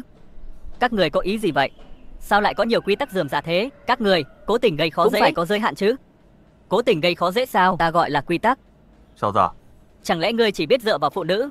Nếu ngươi thực sự muốn ngồi 那 thì phải tự mình làm. 起， Này, thấy đài kiểm tra tu vi kia không?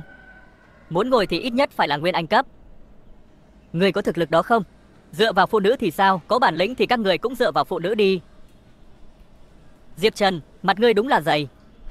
Ăn bám mà ngươi cũng nói được. Đàng hoàng như vậy. Tiểu tử, ta lười nói nhảm với ngươi, chỉ hỏi ngươi có kiểm tra không? Không dám thì cút ra ngoài. Đã nói là hắn không có bản lĩnh. Dù sao cũng là cút. Thì chi bằng bây giờ tự người cút đi, ít ra còn giữ được chút thể diện. Kiểm tra cái gì chứ? Hai thằng vô lại này rõ ràng là đang làm khó ta. Ngươi dám 敢！ hay không dám? Diệp Trần có gì không dám, chỉ là hắn sợ lúc ra tay sẽ làm các người sợ hãi. Nguyệt Ly, không ngờ ngày thường đang lạnh lùng như băng, hôm nay lại hài hước như vậy. Để hắn dọa, ta đường đường là hậu duệ thánh nhân. Nếu sợ bị dọa thì ta sống uổng phí rồi. Thánh nữ nói cũng vô dụng, dù cô có tìm cách bù đắp cho hắn thế nào thì cũng không thay đổi được sự thật rằng hắn là một tên phế vật. Nghe cô nói vậy, những người không biết còn tưởng rằng hắn cũng nhập thần rồi. Phế vật chính là phế vật.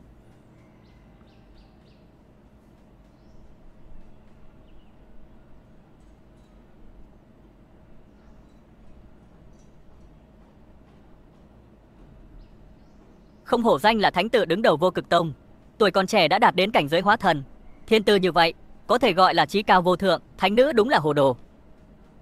Bỏ qua một thiên tài như Vô Cực Phong, lại đi chọn một người ở kỳ luyện khí, cho dù là Vô Cực Phong hay Vương Thần đều mạnh hơn người đó gấp trăm lần. Sở thánh nữ không chỉ hồ đồ mà còn mù mắt.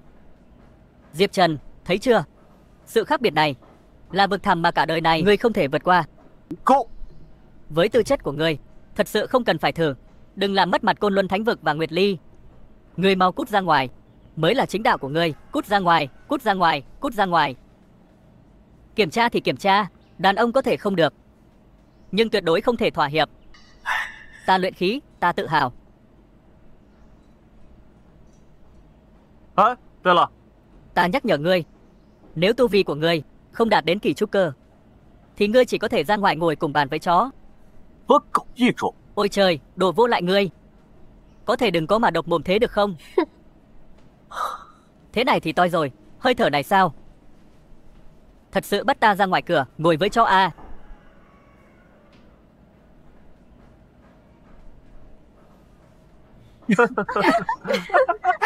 Luyện khí kỳ sơ cấp, thực sự không ngoài dự đoán. Không phải chứ? Ngay cả khi ngươi là giai đoạn sau, ta vẫn có thể nhìn ngươi thêm 2 lần. Ngươi là phế vật, sao có thể xứng với Nguyệt Ly? Sao nào, Diệp Trần, ta nói đúng chứ? Nơi này không phải là nơi người như ngươi nên đến. Giờ thì tốt rồi, mất hết mặt mũi. Ngươi hài lòng rồi chứ? Để hắn ngồi cùng với con chó thì cũng khá hợp. Đợi đã, không đúng. Đài kiểm tra có sự thay đổi.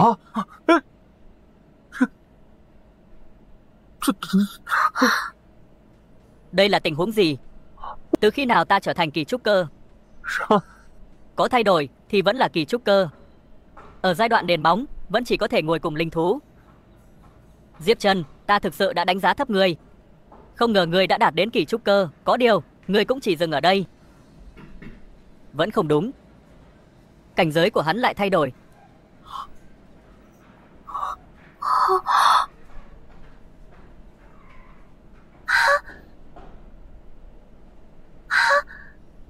Không thể nào. Chắc chắn là giả. Làm sao ngươi có thể đạt đến Nguyên Anh kỳ? Kỳ quái thật, vì sao? Hắn đã đạt đến Nguyên Anh kỳ, nhưng hơi thở của hắn vẫn chỉ là sơ kỳ. Không thể nào, tuyệt đối không thể. Ta hiểu rõ tên Diệp Trần này. Tu vi của hắn không thể nào đạt đến Nguyên Anh kỳ. Có phải đài thử nghiệm này bị hỏng rồi không? Hắn chỉ là một tên nhà quê, mới tu luyện được có mấy tháng. Cho dù hắn có tu luyện chăm chỉ đến mấy, tài năng có thông minh đến mấy thì cũng không thể vượt qua một cảnh giới lớn như vậy được. Lại thay đổi rồi.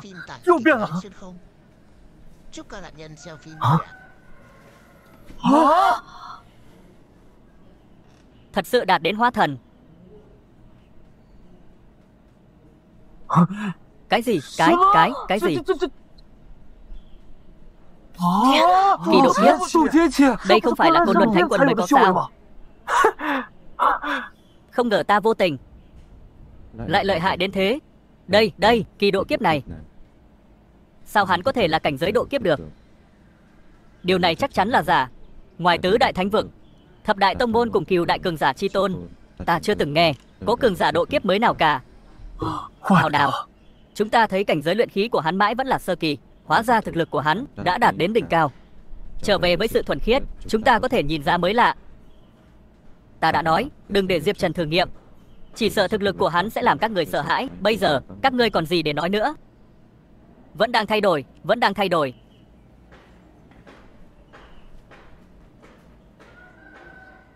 Sao có thể như vậy? Tu vi của hắn, ngay cả đại thử nghiệm của Huyền Thiên Tông cũng không thể đo được. Tu vi của hắn đã đạt đến cảnh giới chân tiên sao? Trên đời này, sao có thể có loại tiên nhân như vậy? Nếu có, thì cũng đã sớm phi thăng tiên cảnh rồi. Tu vi của ta quá cao, không thể thử nghiệm. Đây là tình huống gì vậy? Mọi người đừng để người này lừa. Theo ta thấy, có lẽ là đài thử nghiệm có vấn đề. Đúng, nhất định là đài thử nghiệm có vấn đề. Nếu không thì, hắn có thể đã là tiên nhân. Đúng vậy. Ta đã phát hiện ra từ lâu là hắn thậm chí không có khí hải. Một người không có khí hải, luyện khí cũng miễn cưỡng, làm sao có thể là tiên nhân mạnh mẽ?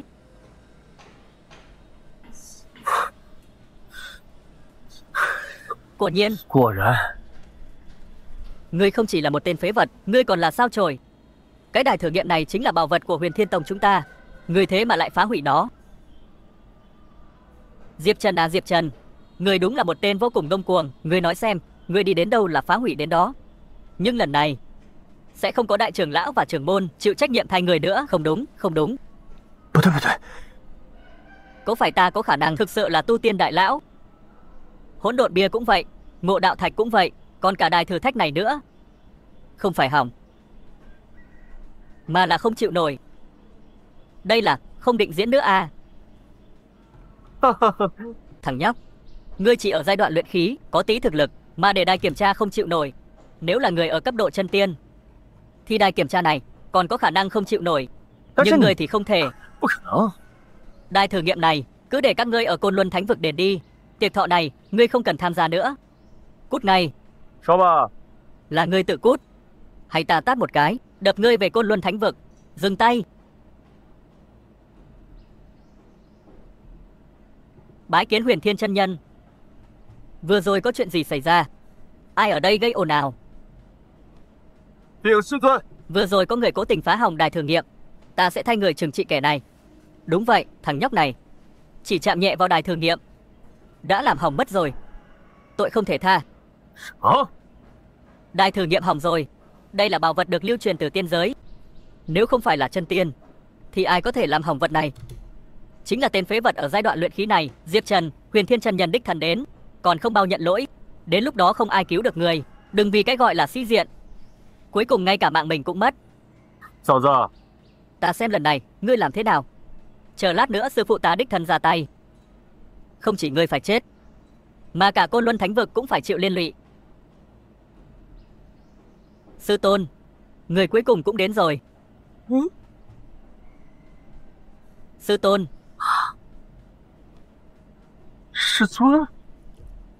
Đứng dậy. Chuyện gì thế này? Huyền Thiên chân nhân lại gọi tên tiểu tử này là sư tôn, hay là thế giới này điên rồi? Có ai nói cho ta biết chuyện gì đang xảy ra không? Đây chính là Huyền Thiên chân nhân sao? Vậy mà lại cung kính gọi một sư tôn ở giai đoạn luyện khí. Sư tôn, ngài không nhầm chứ? Một kẻ phế vật luyện khí sao có thể xứng đáng để ngài gọi là sư tôn? Câm miệng, còn không mau quỳ xuống, cùng ta nghênh đón sư tôn. Quỳ xuống. Bái kiến sư tôn. Đây là tình huống gì? Đây chính là cường giả đứng thứ hai thiên hạ, chỉ sau Thái Nhị chân nhân. Về thân phận, Diệp Trần không bằng ông ta. Về tu vi, Diệp Trần căn bản không thể so sánh với ông ấy. Rốt cuộc là chuyện gì xảy ra vậy? Lão già Huyền Thiên kia, có phải ông nhầm lẫn rồi không? Từ bao giờ mà ta trở thành sư tôn của ông? Sư tôn, người đúng là quý nhân hay quên thật. Nếu không phải nhờ người ngày đó thì ta làm sao có thể trở thành cao thủ đứng thứ hai thiên hạ? Hồi đó, người tặng ta đan dược vượt kiếp, lại truyền cho ta pháp môn tu luyện. ta mới có được thành tựu như ngày hôm nay.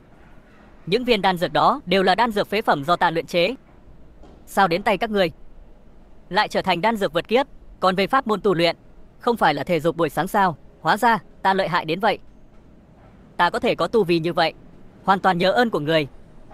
Hai chữ ân sư, người xứng đáng. Không thể nào. Diệp Trần làm sao có tư cách làm sư tôn của Huyền Thiên chân nhân? Ta không tin. Đúng rồi, ta nhất định đang nằm mơ. Đúng vậy, sư tôn, ngài không phải là tu luyện đến hồ đồ chứ? Đồ hỗn trướng. Người biết cái gì? Diệp Trần không chỉ là sư tôn của ngươi. Thái Nhị chân nhân dựa vào Diệp Trần mới vượt kiếp phi thăng. Cái gì? Cái quái gì vậy? 500 năm trước, ta và Thái Nhị chân nhân vốn chỉ là những tu tiên giả bình thường. Thọ nguyên sắp hết, trúc cơ bị hủy, nên mới tìm một người bình thường định truyền thừa y bát, ngồi chờ thọ nguyên kết thúc. Nên người đó chính là ta. Đuổi. Vốn tưởng rằng ngài chỉ là một người bình thường, không ngờ ngài lại là thiên tài. Thật không ngờ một ngày đắc đạo, ngay tại chỗ thành tiên. Ta và Thái Nhị chân nhân đều được tiên khí của ngài bồi dưỡng, gột rửa tùy xương, mới có được thành tựu như ngày hôm nay. Ta và ông ấy đều nhờ phúc của ngài. Nhờ phúc của ngài. Ông nói vậy khiến ta không khỏi ngượng ngùng. Ta đâu có tốt như vậy. Người không biết mình lợi hại đến thế. Ta đâu có biết. 500 năm nay ta vẫn luôn nghĩ lão Thái Nhị chỉ dạy cho ta một cái phép thuật bật lửa. Đó đâu phải là phép thuật bật lửa, đó là phân quyết vượt qua cả thần giới. Phân quyết à? Tiểu tử nhà quê mà ta vẫn khinh thường, thì ra lại là người đứng đầu giới tu tiên.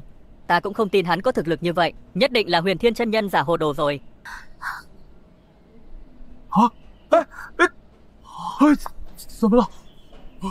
Không ổn rồi, thiên kiếp phi thăng của ta tới rồi. Hoàn toàn không có chuẩn bị. Thiên kiếp phi thăng, hủy thiên diệt địa. Nếu như thiên lôi giáng xuống, sợ rằng những người chúng ta đều sẽ hóa thành tro bụi.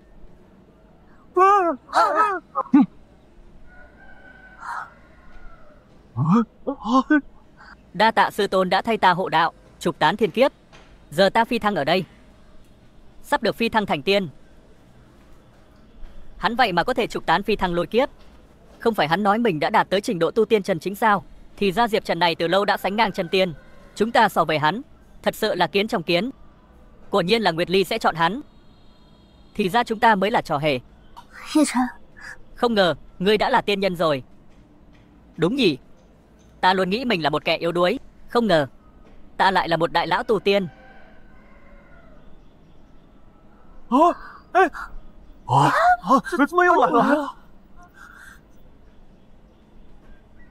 Kiếp nạn chân tiên của ta không phải đã qua rồi sao? Sao lại còn có mây đen?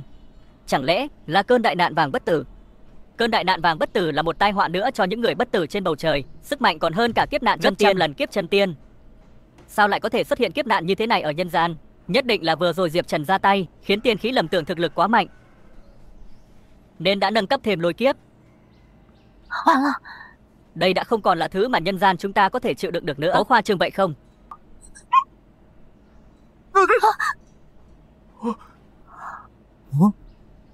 Đây chẳng phải chỉ là một tia sét nhỏ thôi sao? Sao cảm thấy chẳng có chút uy lực nào vậy? Sư tôn, không ngờ rằng tu vi của ngài đã đạt đến cảnh giới kim tiên.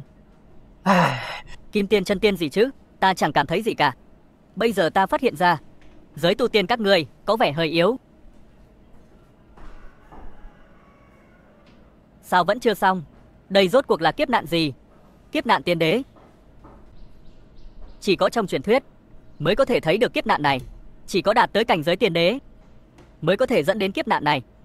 Kiếp nạn của tiên đế đáng sợ đến mức nào? Kiếp tiên đế một khi giáng xuống, cửu thiên thập địa tam giới lục đạo tất cả đều phải hủy diệt. Chỉ có hóa thân của thiên đế thực sự mới có thể vượt qua kiếp này, thành tựu chí tôn tiên đế. Có khoa trương như vậy không? Thiên địa kiếp uy lực so với ta nói còn khoa trương hơn vạn lần. Đây chính là lôi kiếp diệt thế. Chúng ta đều không có cách nào trốn tránh. Không sai, Diệp Trần hắn có mạnh đến đâu thì cũng chỉ là kim tiên giới. Hắn làm sao có thể chống lại được thiên địa kiếp chứ?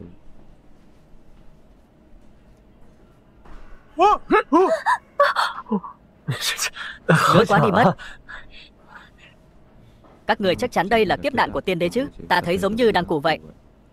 Sư tôn, không ngờ ngài còn có thể tiếp nhận cả kiếp nạn của tiên đế. Từ nay trở đi tam giới, lục đạo, cửu thiên, ngài vô địch rồi. Tiên đế vô địch. Sướng quá.